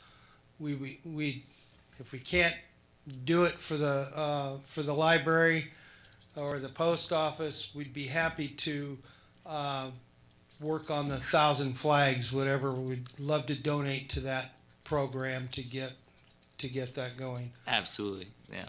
And I guess I like to say I'm usually try to stay pretty much out of politics or whatever. Mr. Vincent, I remember reading in the article about burning his flag, and I believe you can protest. I believe in free speech and whatever, but burning a flag to me in that kind of protest just does not make sense to me, and I think it's wrong. And hopefully someday there'll be a law against it. I feel very strongly about that. So anyway, and I'm sorry that happened to you, but I'll tell you what, if you have any problem with your flag again, you give us a call. We'll get you another one. Good. Okay. Maybe they'll come after those guys. Perfect. All right. Anyway, if we can help, you let us know. Absolutely. No, thank you so much, Alan. You guys do so much, and this is great. And you actually alluded to it. It's not just the flag. Sometimes some of these poles, the ropes get broke, and there's a few other things we need to buy. So that would be great, Allison. Keep them in mind. And there's also some other people, now that we heightened the awareness of this, they're going to be coming forward with a couple of requests to assist them with their flags. Yeah, and I'd like to challenge other companies here in the city to I love it. to take on a flag or a few flags, whatever it takes. So, absolutely. Thank you. It. Thank you so much. Thank you. I appreciate it.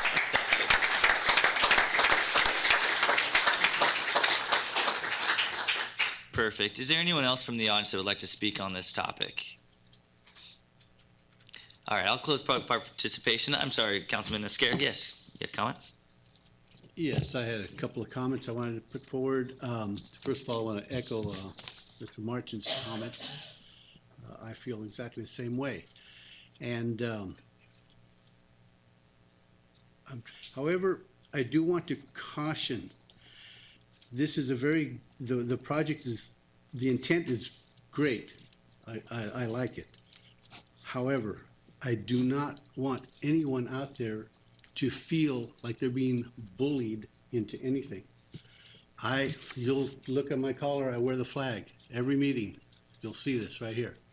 So anybody out there listening, don't doubt that I'm patriotic. I love this flag. I'll fly it, you'll see it wherever, and I'll fight for it. But I want to make sure that nobody out there feels that they're being bullied into the program, okay? Because I will also fight against that. Okay, Thank you. Any other comments?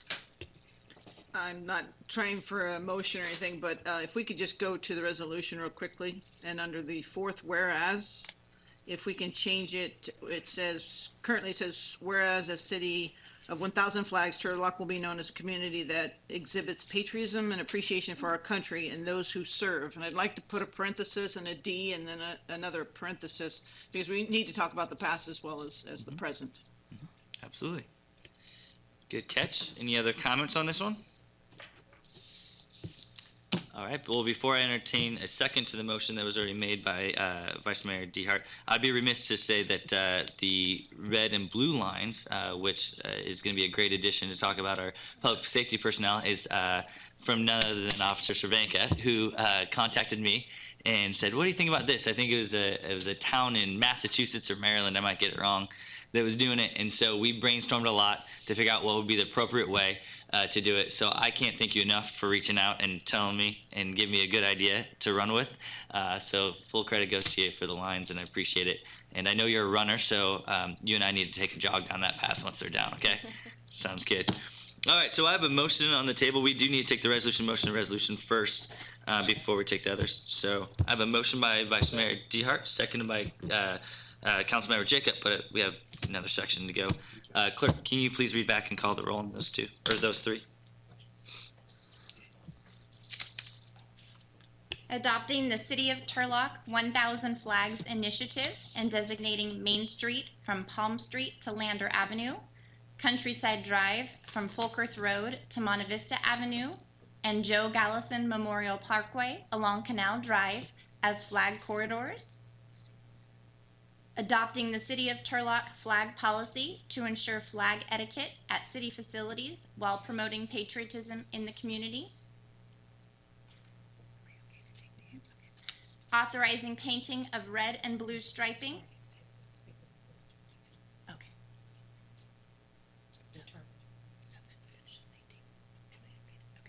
Determining painting of red and blue striping on a portion of Joe Gallison Memorial Parkway between North Berkeley Avenue and North Johnson Road is exempt from the provisions of the California Environmental Quality Act, CEQA, in accordance with Section 15301C, existing facilities of the CEQA guidelines. Those three are correct. Councilmember Esquer, Yes. Councilmember DeHart, Yes. Councilmember Bublak, Yes. Councilmember Jacob, Yes. Mayor Soiset. Yes, motion carries 5-0, and I assume you had the note from the amendment, or from the change that Councilmember Bublak put. Perfect. All right, now, do I have a motion and a second for the second two resolutions? All right, do I have a second on that? Second. All right, I'll give it to him. So, motion by Councilmember Esquer, seconded by Councilmember Bublak for the following two resolutions. Authorizing painting of red and blue striping on a portion of Joe Gallison Memorial Parkway between North Berkeley Avenue and North Johnson Road to honor our public safety personnel and their service to our community. Appropriating $5,000 to account number 269-60614-44001-000 supplies, funded by a transfer from Fund 120 Tourism unallocated reserves to fund the purchase of program supplies for the 1,000 Flags Initiative and associated projects. That's correct. Please call the roll. Councilmember Esquer, Yes. Councilmember DeHart, Yes. Councilmember Bublak, Yes. Councilmember Jacob, Yes. Mayor Soiset. Yes, motion carries 5-0. Thank you so much, Allison. Thank you so much, Council. Thank you so much, Mr. Vincent. Appreciate you bringing this, and I'm sorry it took so long to come up with a good solution, but I think we're on the track to a good solution. As was mentioned earlier, we did allocate funds from TOT to this project, but we will be accepting donations, and we'll be able to have a mechanism to accept that and work with the community members that want to stay involved with this project. All right, moving on to item B, request to accept or modify the sports and recreation facilities prioritization and feasibility study. Mr. Schultz. Honorable Mayor and Council, thank you. Tonight I have a couple guests with me. I have Lauren Livingston and Julie Spear, from the Sports Management Group. They were part of our feasibility study, and they're going to run us through a PowerPoint that's going to kind of collect all the information that came from the study. They're going to go over the study objectives, the community engagement campaign, prioritization criteria, top needs and priorities with the support of development funding, potential funding sources, and some follow-up action items. And I'll turn it over to the ladies right now, and we'll be happy to answer questions afterwards. Good evening, Mayor and members of the council. It's been our privilege to work with residents and staff and the Citizens Advisory team on this study. You have a wonderful community, and it's clear that you have residents who feel very strongly about this community and what adds to the quality of its life, and are very invested in making this the best community it can be. And it was our pleasure to work with all of them. Julie, would you go to that first slide? Our presentation is going to be very brief, and we're going to hit on sort of the key findings that came from this study. The city had identified 4 key study objectives to identify the citywide facility and program priorities. Citizens have a variety of needs and interest in community facilities, and it was about coming up with some criteria by which we could help the city make some of the decisions that might be made going forward, to engage the community in a collaborative process, to develop an achievable and sustainable plan for new facilities, and create a planning tool, which is this prioritization to help guide future development. So Julie, our project manager on this, is going to take you through very quickly our findings.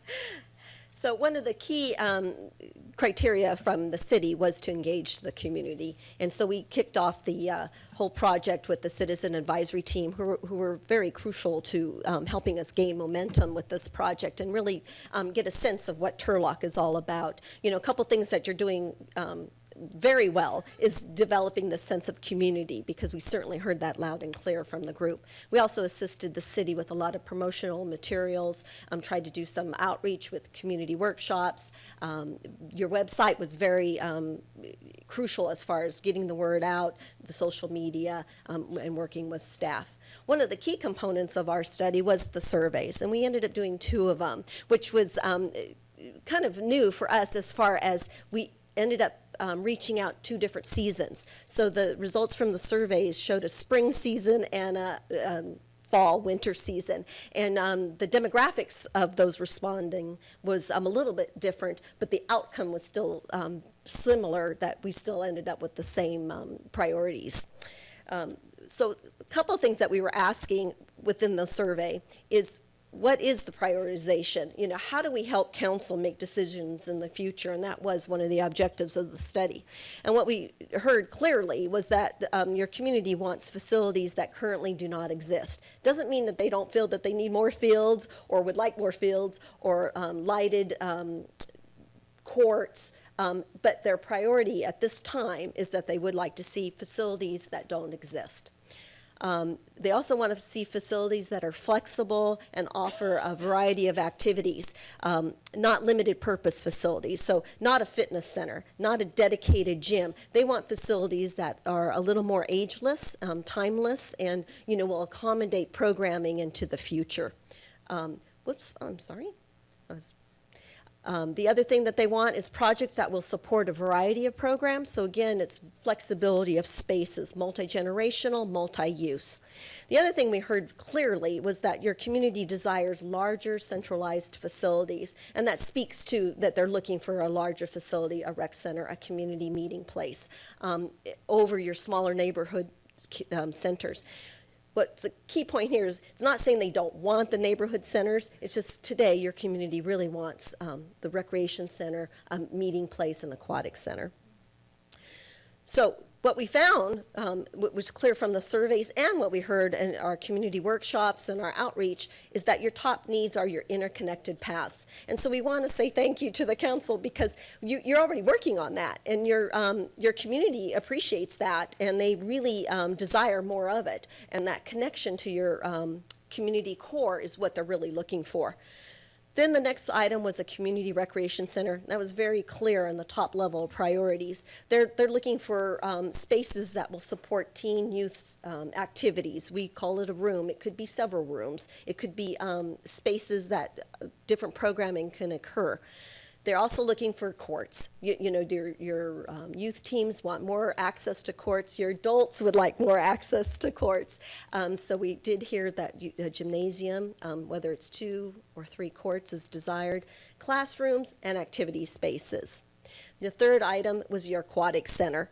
The community is really looking for more family-oriented water. Whether it's recreation, fitness, instructional or competitive. In our experience, a combination of all those activities is a more sustainable program, but your community is looking for more water. So when we talk about your interconnected paths, we already said you're doing a great job. Community supports it. They want a walk and bike friendly community. And they're willing to endorse council with that. And we heard that tonight with all the money going for your paths and road improvements. So we moved on to the number 2 priority, which was a recreation center. And we called it a recreation center because we believe that captures a lot of the program spaces. So part of the study was to talk about the types of spaces that the community would like. It's really a further investigation would be required to determine what that combination is, and that's all based on your cost recovery goals and if other things happen, such as the armory, if that pulls out the youth and center component. But your community is looking for flexible, adaptable spaces. Again, they really want a gym. They want to be active. Your community is a very active community.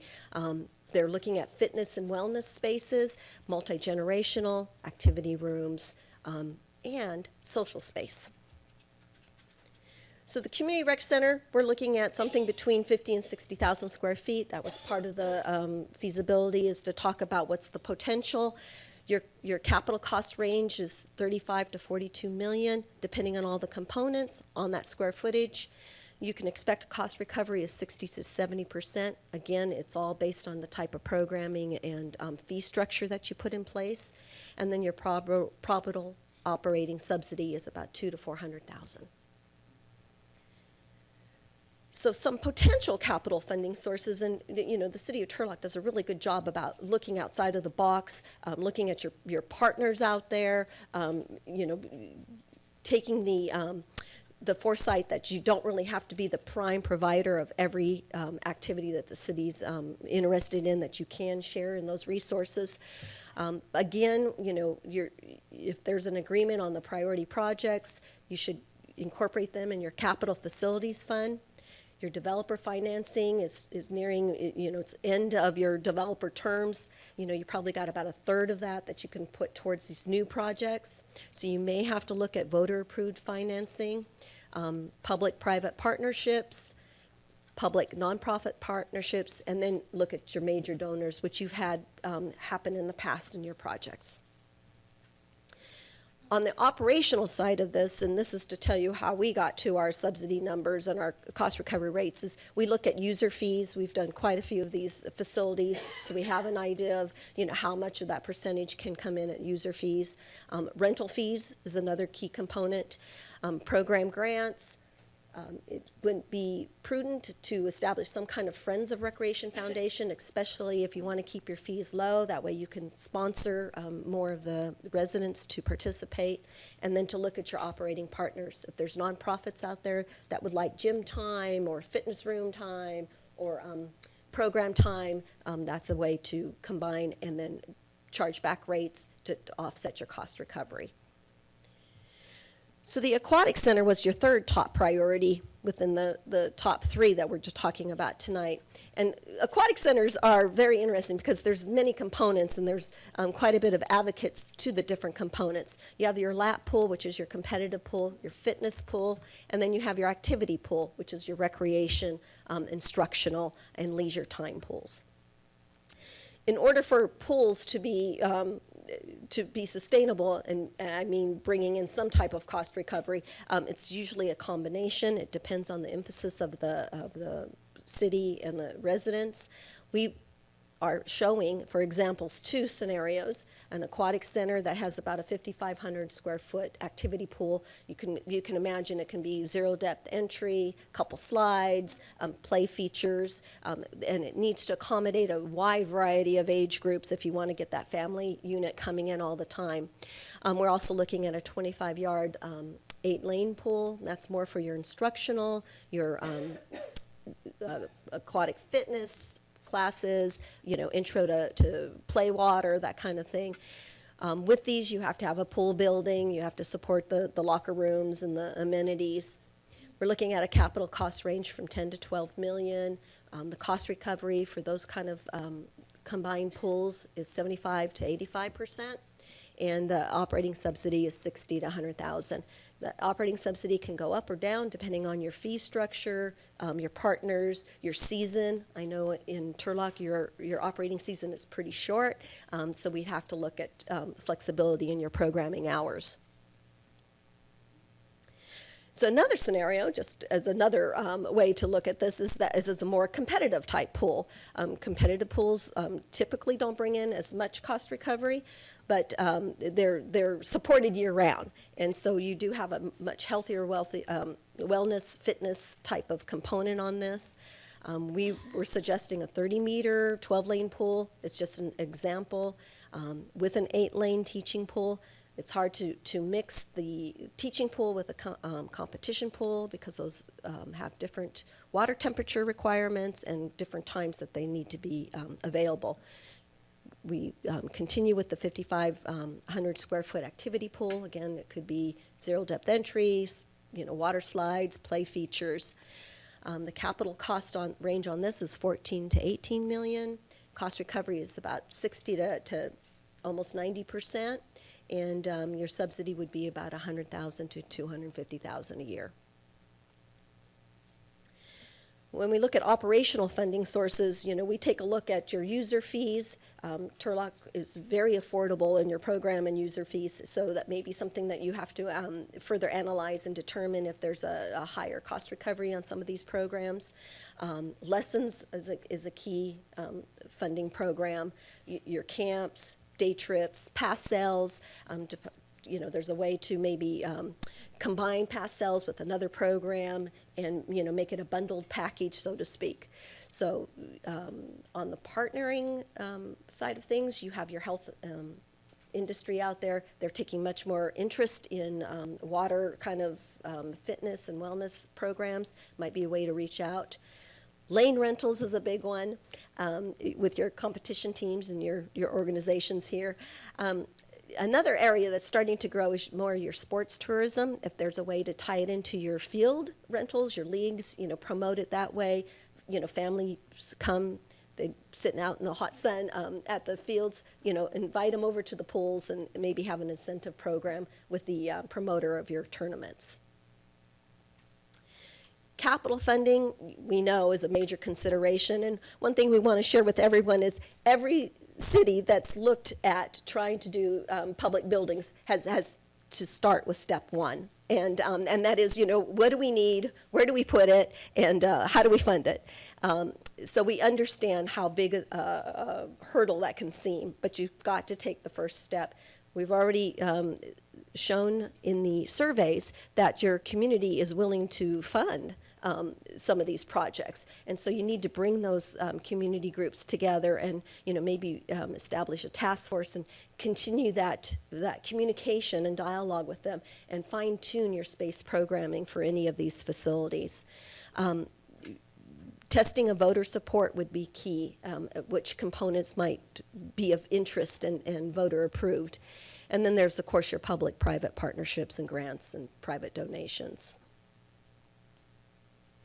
So some action items we'd like to leave you with to think about is, city needs to establish your long-term project priorities. We've shown you the top three.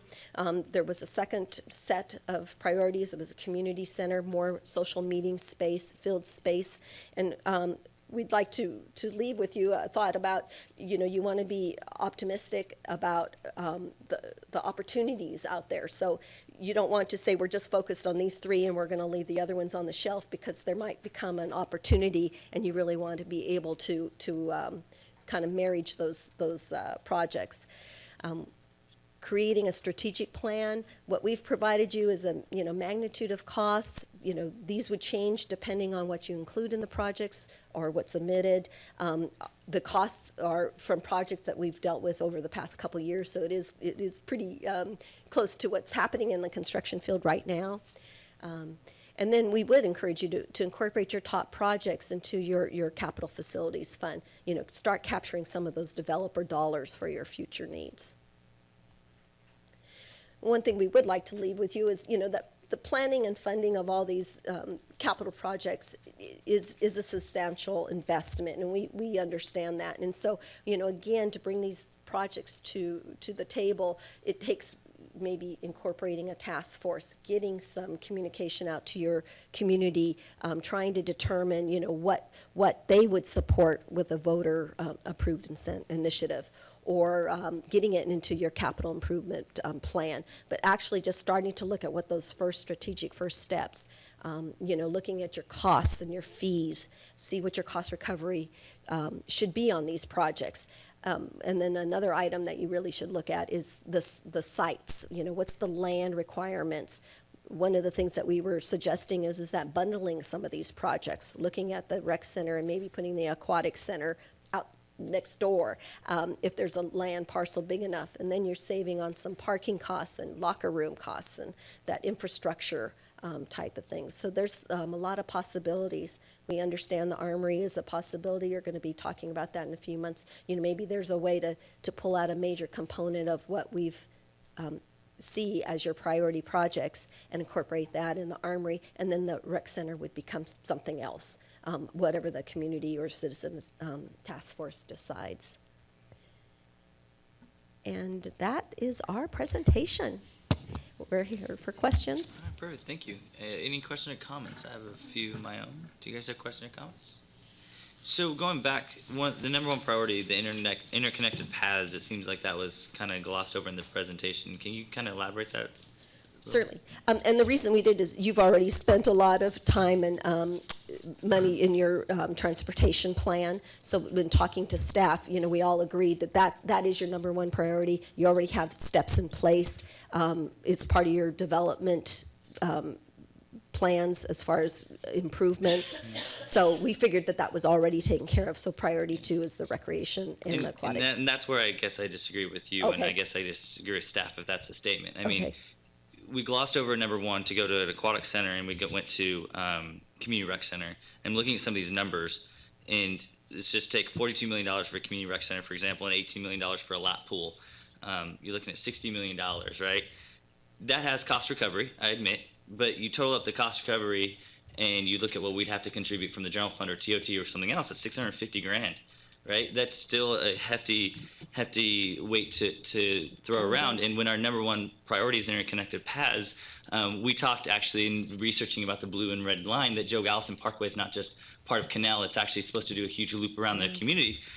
I don't think that we're investing enough in something of that nature, and I do know the Measure L formula inside and out, and there's not a lot in there for these interconnected paths, right? We're trying to do more with bicycle lanes and different things, but I'm fairly disappointed with this report actually, because it gives a very generic look at where we should go, and it focuses on very costly capital improvements or additions to our portfolio. It doesn't talk specifically, yes, it talks about Turlock High School and different things, but about whether our community is actually aware of some of the opportunities that currently exist. For example, we've just launched, Stanislaus State has a lap pool now open, which is great, a great addition, and we have great things that are going on in our facilities already, but you have the Latter-day Saints Church that has a gymnasium.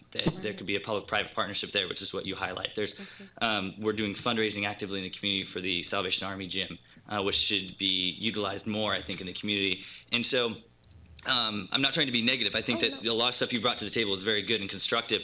I also know that when we did our parking study, everyone left away with, we're going to now charge for downtown parking. That's all they took away, which that was an option on the table, but that is not where this council is going. So I don't want people in our community to think that we're going down the road of voter-approved measures for $60 million worth of infrastructure or different things like that. I know that those are things that you're putting out there, but I'm a little disappointed that we didn't spend more time on the interconnected paths, what we were doing, because even if you take the offset for 650,000 that we'd have to fork over if we did the aquatic center and the community rec center, even if you halved that, right, to 300,000, that's a substantial mark every year to connecting our paths, to actually getting those things around and actually making it feasible, because we really haven't progressed much lately on that. So that's my gut reaction to it, and I'm trying to be constructive with my criticism, but that's what I see. So is there anything else from the council?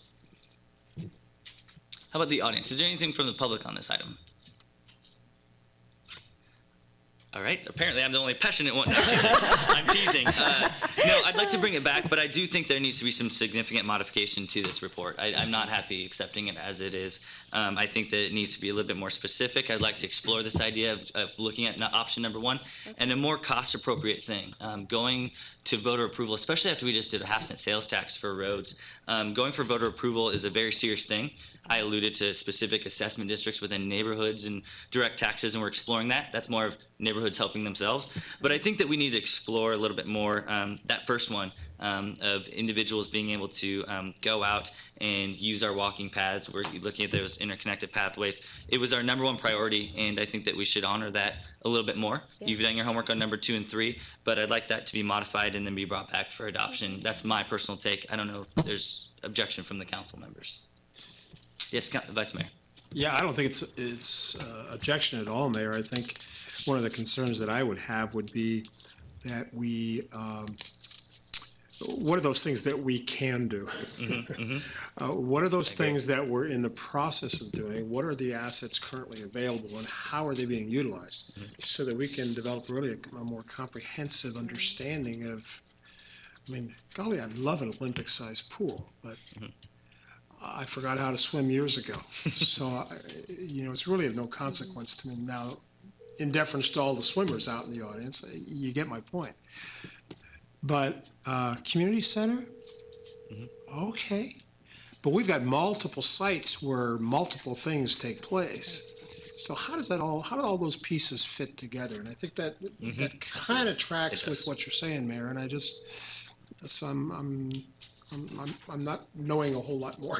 No, absolutely. And I think another, thing that we kind of keep in mind, and if you look at council rhetoric is for the last 2 years, is we're also very cognizant of what generates revenue on its own and what generates TOT specifically and brings heads to beds. And that's why we're investing significantly in Pedretti Park and sports complexes and making that a priority. So I think that just, like I said, going back, I don't have your scope of work in front of me, so I don't want to try and add things to you guys that you're not supposed to be doing. But I just think that I would like to see a study that kind of, like you said, takes into consideration what we can actually apply. This is a little high level for me, a little costly for me, and really focuses on that number one priority, because obviously people glossed over multiple options to say interconnected paths is what they'd like. And I'm not trying to marry us to that, but I'm trying to say we should maybe see what we could do there. Okay. Yes. A couple of comments, because I too don't want to leave the impression that we're suggesting that you build this recreation center or this aquatic center. The focus of our work was to identify through public participation those things that the residents of this community would like to see developed. And the study does include an inventory of what you currently have and what the city owns, what the school district provides and makes available. And you have a wonderful relationship with the school district, and they certainly contribute significantly to the assets available to residents. So the study was really focused on what are the things that the residents don't find available to them in the community, and where would they like to see this go for people to get around. We heard a lot of talk about this being such a great community for families, for folks who want to get out and walk or bike to get to places, and how do you connect these assets? The notion of the recreation center was born from the opinion of residents who participated that they would like to see a big idea. Not that interconnected paths and bikeways are not, but in terms of a recreation kind of facility, something that was there, that in the same way you've done something big with your ball fields, that these assets were put together in a place where a family could go and have a variety and a multitude of things to do. And we suggested not that you should put them together in that way to get to this building that could be at that kind of cost, but rather to say if that's the direction that you wanted to go, depending on how big and how much you put into it, this is the kind of cost that it could be. And those are very large undertakings. And as Julie said, I think in over 500 centers that we've worked on, I think there were 2 that the cities knew where the funding was coming from before the project started this path, to here's what we would like to have, to actually getting it done. And they can take 5 years, they can take 15 years until that happens. But it was really that identification of what do you want, what would you be willing to support. And so the projects that came to the surface were not only the projects of what do you think this community needs, what would this community use, but what would you be willing to support and what would you prioritize over other things.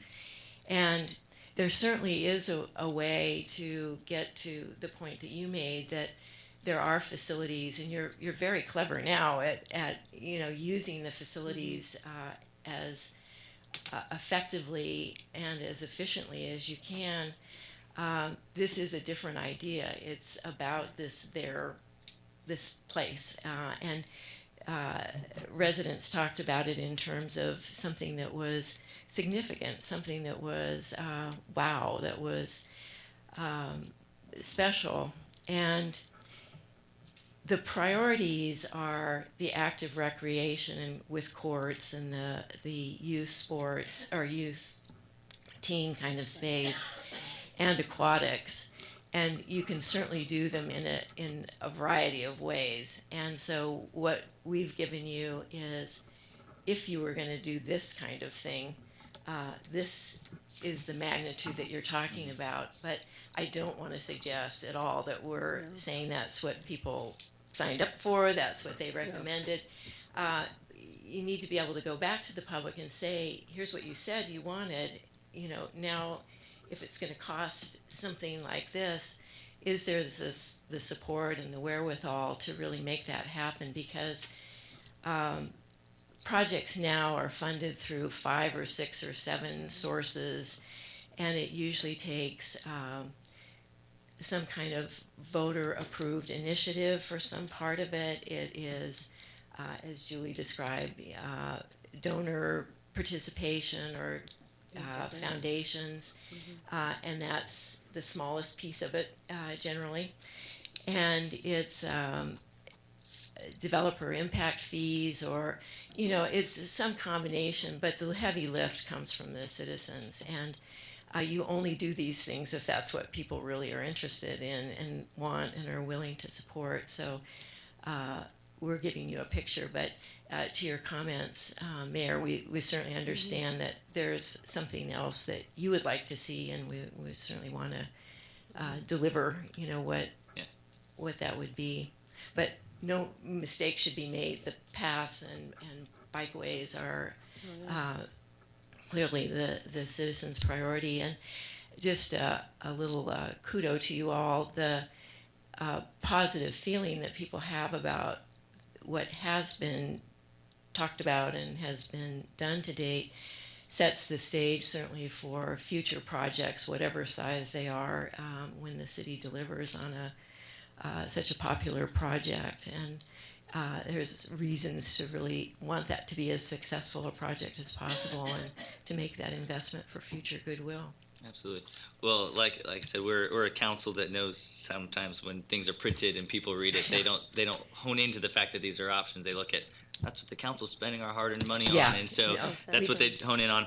I also know you guys are great professionals and want to hit the mark, and so I will volunteer to give you a call, and if the clerk can have your contact information, so any council member can give you that feedback, we appreciate it, and then that way we can hit that bullseye the next time around when we bring it back after we hopefully vote to modify it. But any other additional comments, Vice Mayor? Yeah, I just wanted to say one additional thing, Mayor, and that's this, that, one of the tensions that I think we always face is that the purpose of government is really to provide things that people cannot provide for themselves. We've had this tension, the council is going to authorize and then fund building a bowling alley. We dealt with that for 5 years plus, perhaps longer. But the reality is that it's private enterprise that does that. We now have a lot that's cleared, ditches are going to be dug, and construction is going to begin on a bowling alley. But it's more than just that. It's an expressed desire of the citizens that, hey, this is something that they're interested in. It's not a what if we build it, they will come kind of thing. There's been an expressed desire. And so this tension that I'm speaking to is really how do we encourage a climate where that innovation, the commercial, the private enterprise, that is helped along. And boy, I think we've done a pretty fair job of encouraging that kind of growth. Whether it's a 10-pin fun center or we've got the bounce, trampoline. I mean, there's many multiple things that the citizens can't provide are the real estate for ball fields. Perhaps the partnerships, whether it's with the university or the high schools or whatever, and we're currently using them for the pools. So I guess that's the direction that I'm kind of headed down in terms of my understanding and thought process about what's been presented. So hopefully you guys have a clear picture, and Well, I think we will. yeah, absolutely. Well, good. Like I said, it's been great, but great conversation. I will entertain a motion to modify the sports and recreation facilities prioritization and feasibility study from the sports management group. Do I have a motion? So moved. All right. Do I have a second? You want to second that? All right. We have a motion by Vice Mayor DeHart, seconded by Councilman Esquer. Clerk, please read back the motion. Modifying the sports and recreation facilities prioritization and feasibility study from the sports management group. Councilmember Esquer, Yes. Councilmember DeHart, Yes. Councilmember Bublak, Yes. Councilmember Jacob, Yes. Mayor Soisek. Yes, motion carries 5-0. Thank you so much, and we'll talk later this week. Okay. All right, thank you. Moving on, item C, request to approve amendment number 2 to the revocable license agreement between the City of Turlock and Golden State Farmers Market Association. Director Van Gilder.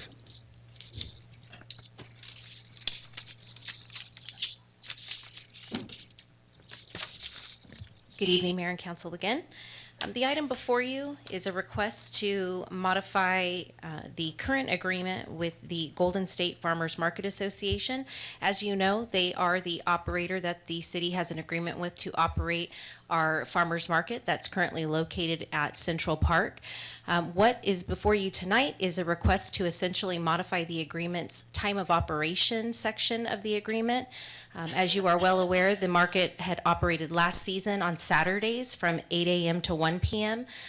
The operator is now requesting to modify that time of operation to Thursday evenings from 5 p.m. to 8 p.m. with setup beginning at 3 and cleanup ending at 9 o'clock. Here to talk more about some of the activities associated with this season's market is the authorized agent for Golden State Farmers Market, and that is Valeria Jimenez.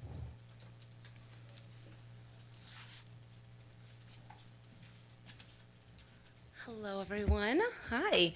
I'm really excited about this season. We have so much in store for not just the farmers market, but for Turlock. the number one thing being that we really want to celebrate what we have here. We have a lot of local farmers, a lot of local produce, local artisans. We just have a lot. And so this market is a platform to experience Turlock. And so we want to bring people in from Ripon, from Atwater, from Modesto, from Oakdale, Riverbank, and give them an opportunity to really see what we have here that's so special. And then another thing we're doing this season is we are going to take all the profit received and we're going to donate it to local charities. And so for the month of May, we are going to be donating to the Salvation Army.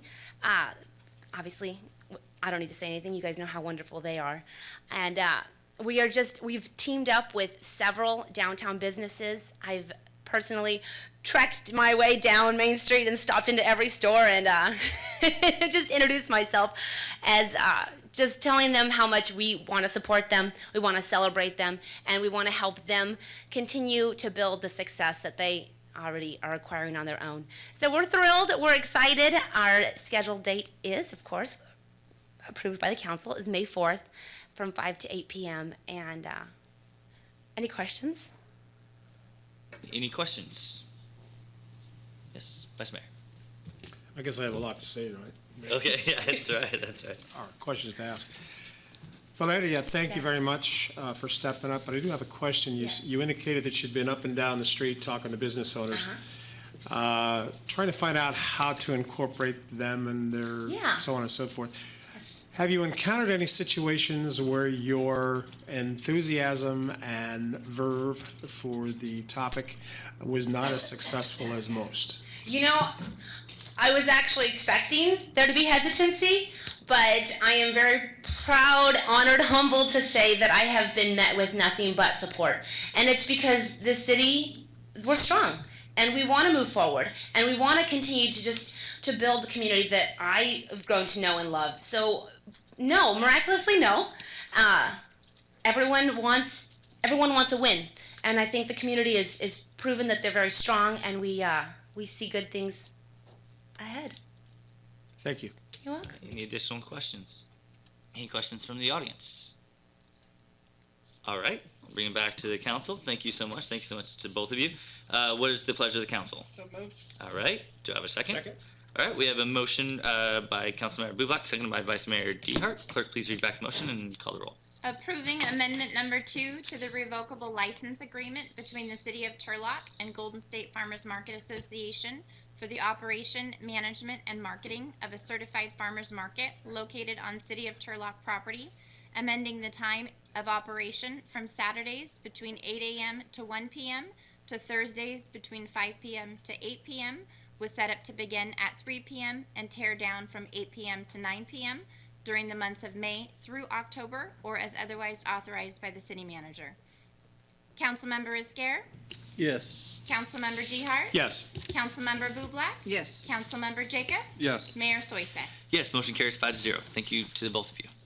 All right, moving on to item D, a request to authorize issuance of request for proposal number 17-500 for an interactive voice response system and related customer engagement technologies for utility account customers and appropriate funds. Mr. Cook.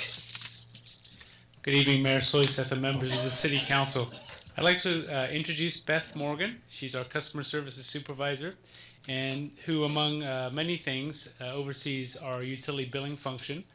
And she wants to share with you some technology she'd like you to consider that hopefully will improve customer service and enhance customer engagement. So I'll hand it over to Beth.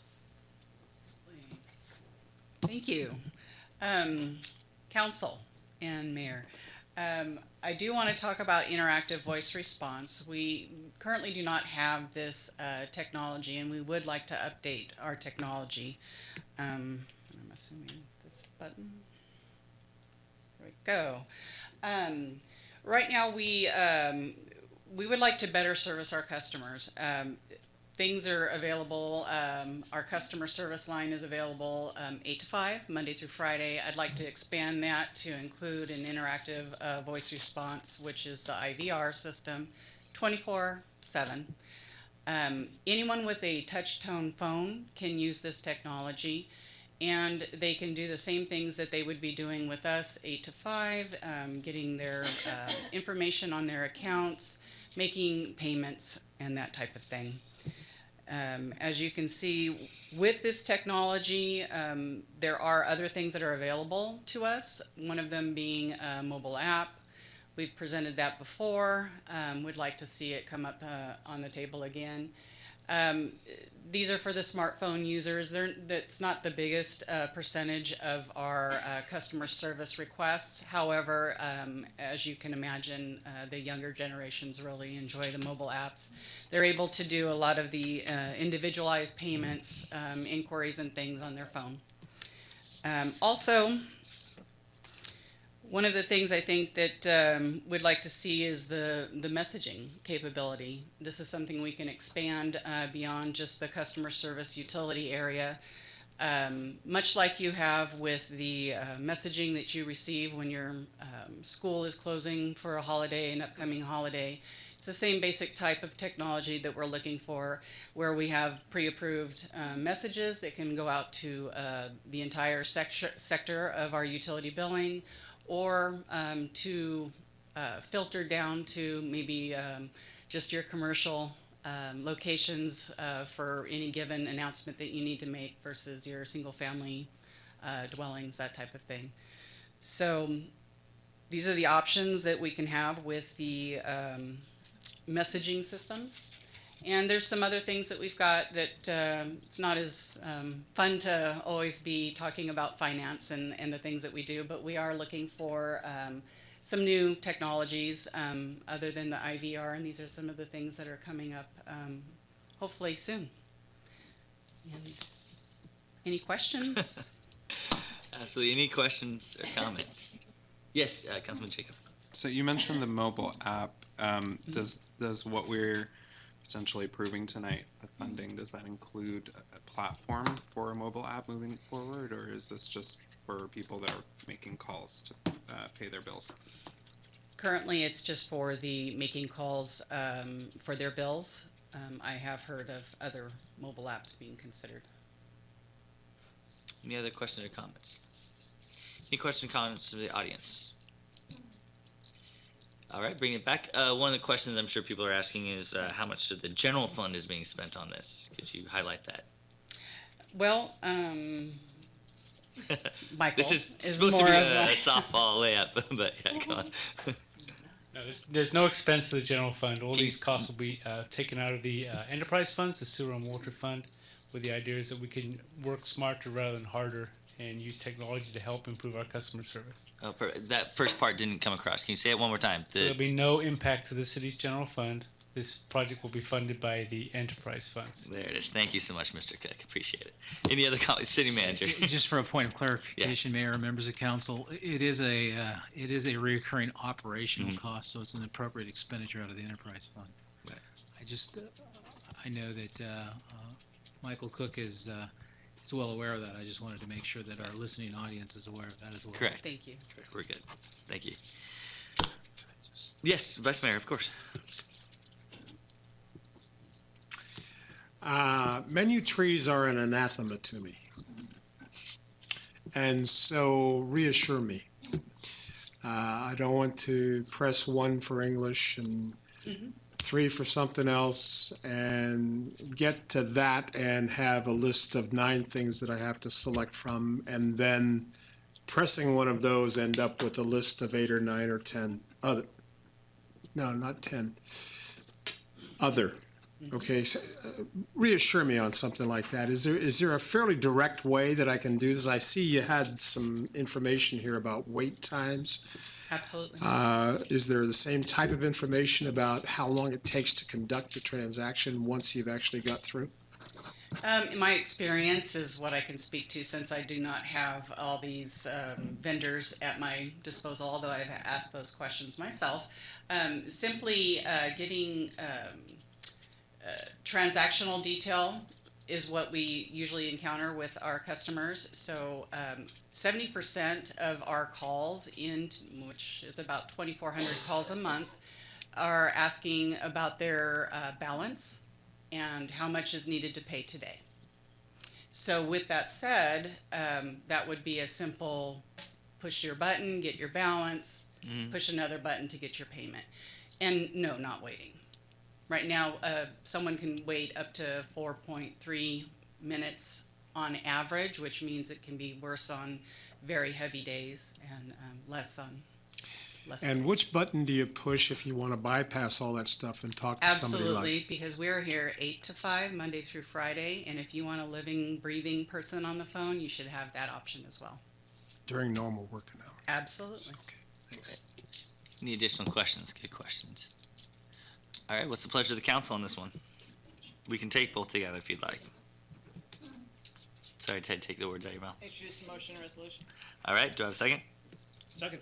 All right, we have a motion by Councilmember Bubak, seconded by Vice Mayor DeHart for both the motion and resolution. Please read it back and call the roll. Authorizing issuance of request for proposal, RFP number 17-500 for an interactive voice response, IVR system, and related customer engagement technologies for utility account customers. Appropriating $80,000 to 410-51-534-51183 phone system interactive voice response from Fund 410 WQC Capital Repair Replacement Reserve Balance. $40,000 to 410-51-534-38001 _244 transfers in phone system IVR, and $40,000 to 420-52-551-48001 _244 transfers out phone system IVR from Fund 420 Water Enterprise Reserve Balance for the purchase of an IVR system and related technology. Councilmember Esquer, Yes. Councilmember DeHart, Yes. Councilmember Bublak, Yes. Councilmember Jacob, Yes. Mayor Soisek. Yes, motion carries 5-0. Thank you so much.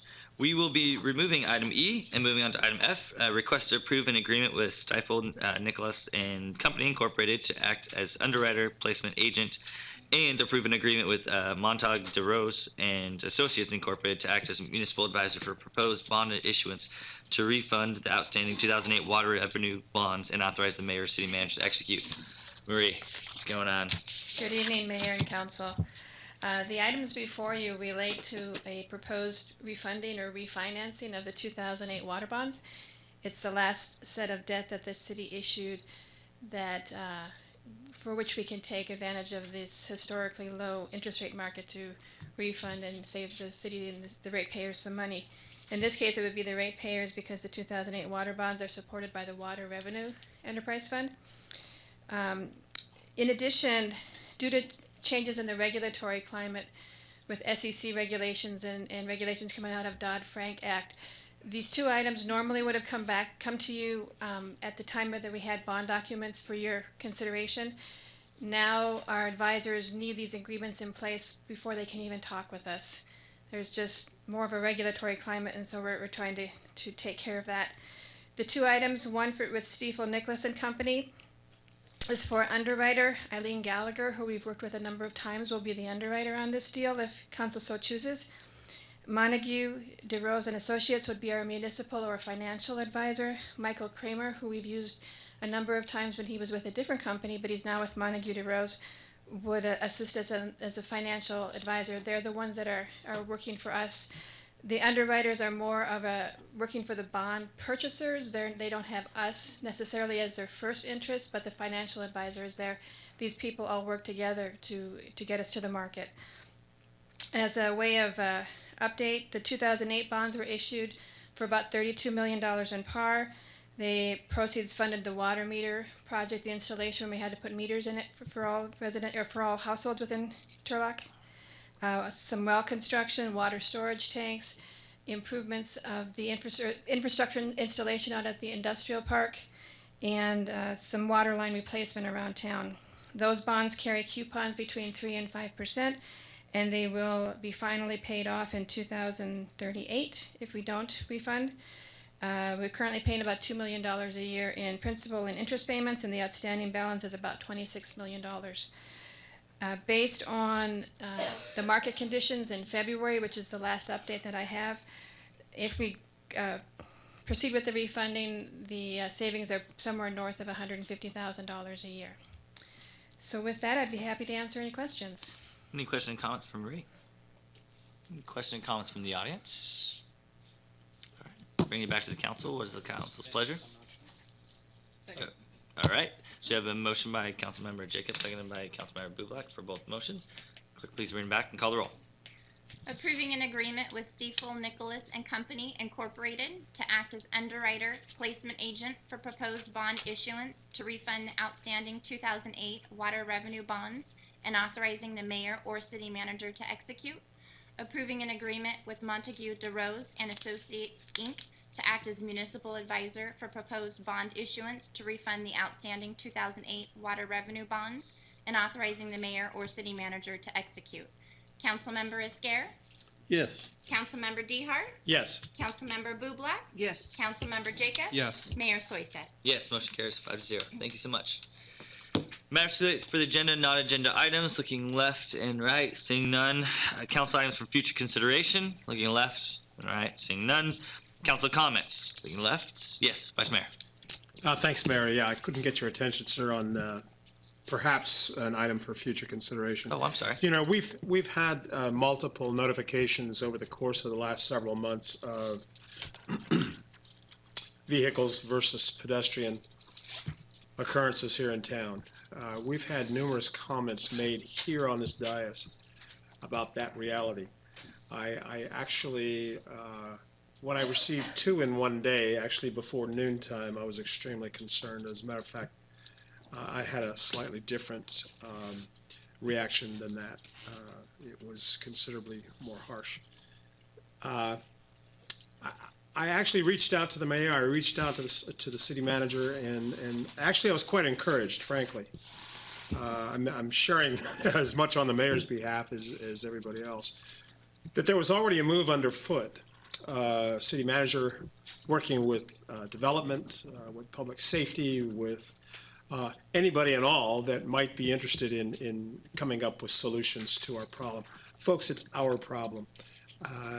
What a horrific waste of human capital if we can't get a handle. We've had 5 people over the course of 18 months that have been, if not killed, seriously injured.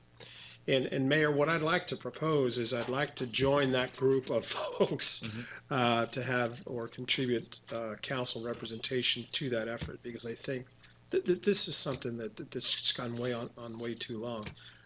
I think the holistic approach in coming up with solutions from all of the departments, because what it's going to take at this particular city attorney, for crying out loud, are we doing something that's legal? We really have to get a handle on this, sir, and I'd like to volunteer for being assigned to that committee. Absolutely. So what we can do, and we'll move this back to council items for future consideration. I'll pitch it to city manager if he has ideas first before I say anything. I don't have any ideas. I have had the opportunity to speak with the vice mayor on this topic and provide him with information, as I have you even prior to that, Mayor, about where we are on this issue. But you know, just in the last couple of work days, it's been brought to my attention by Mr.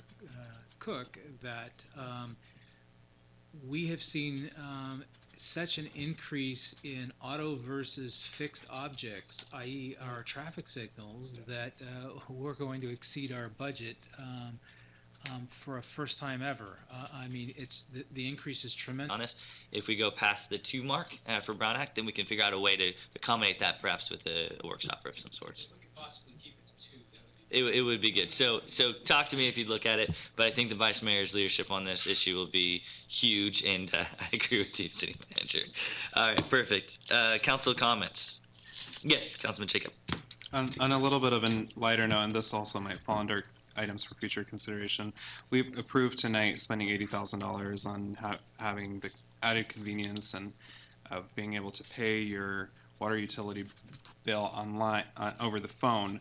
I had the opportunity to meet with some of our IT staff earlier today, discussing a strategy for a mobile application that would allow you to do the same thing, as well as interact with the city on our many other services that we provide. And so just in that conversation, I guess what the result of that was, we realized to get a really comprehensive app that's going to be able to allow our users and our customers to be able to make payments for their water bills and whatnot that we will likely need to go out to a third-party company to help develop something like that. It's not something that we would be able to develop in-house. And so just as an item for future consideration is that maybe coming down the line as we move forward with kind of figuring out what that's going to look like, I would probably be coming back to the council to request funding to move something like that forward. So. Okay. I'll have you, city manager will have a discussion. If that works about that. Any other council comments? Yes, Councilman Scare. Basically, in the last 6 days, I've had opportunity to, Chief, I wanted to say to you, you have a dispatcher the Thursday night. I think her name was Caitlin. I apologize for not remembering her name, but she was very helpful in a situation. A gentleman got locked out of the Turlock Memorial Park. His truck was in there. Gate was closed. It was after hours, and he had a heck of a time. She was able to help get him in there, and he just wanted to make sure that the whole department got a thank you. He appreciated the assistance. Another one, just a couple of days ago, there was an accident right in front of my house, like 4 vehicles. And the city staff, so for all the city staff, they were out there and immediately cleaned it up. So again, thank you to the staff for doing a great job. Appreciate it. All right, thank you. Any additional comments? All right, moving on. Closed session. City Attorney, what do we have on the docket? Thank you, Mayor. We're going to adjourn to consider items 12A through G. All the relevant information is set forth on the agenda itself. Sounds great.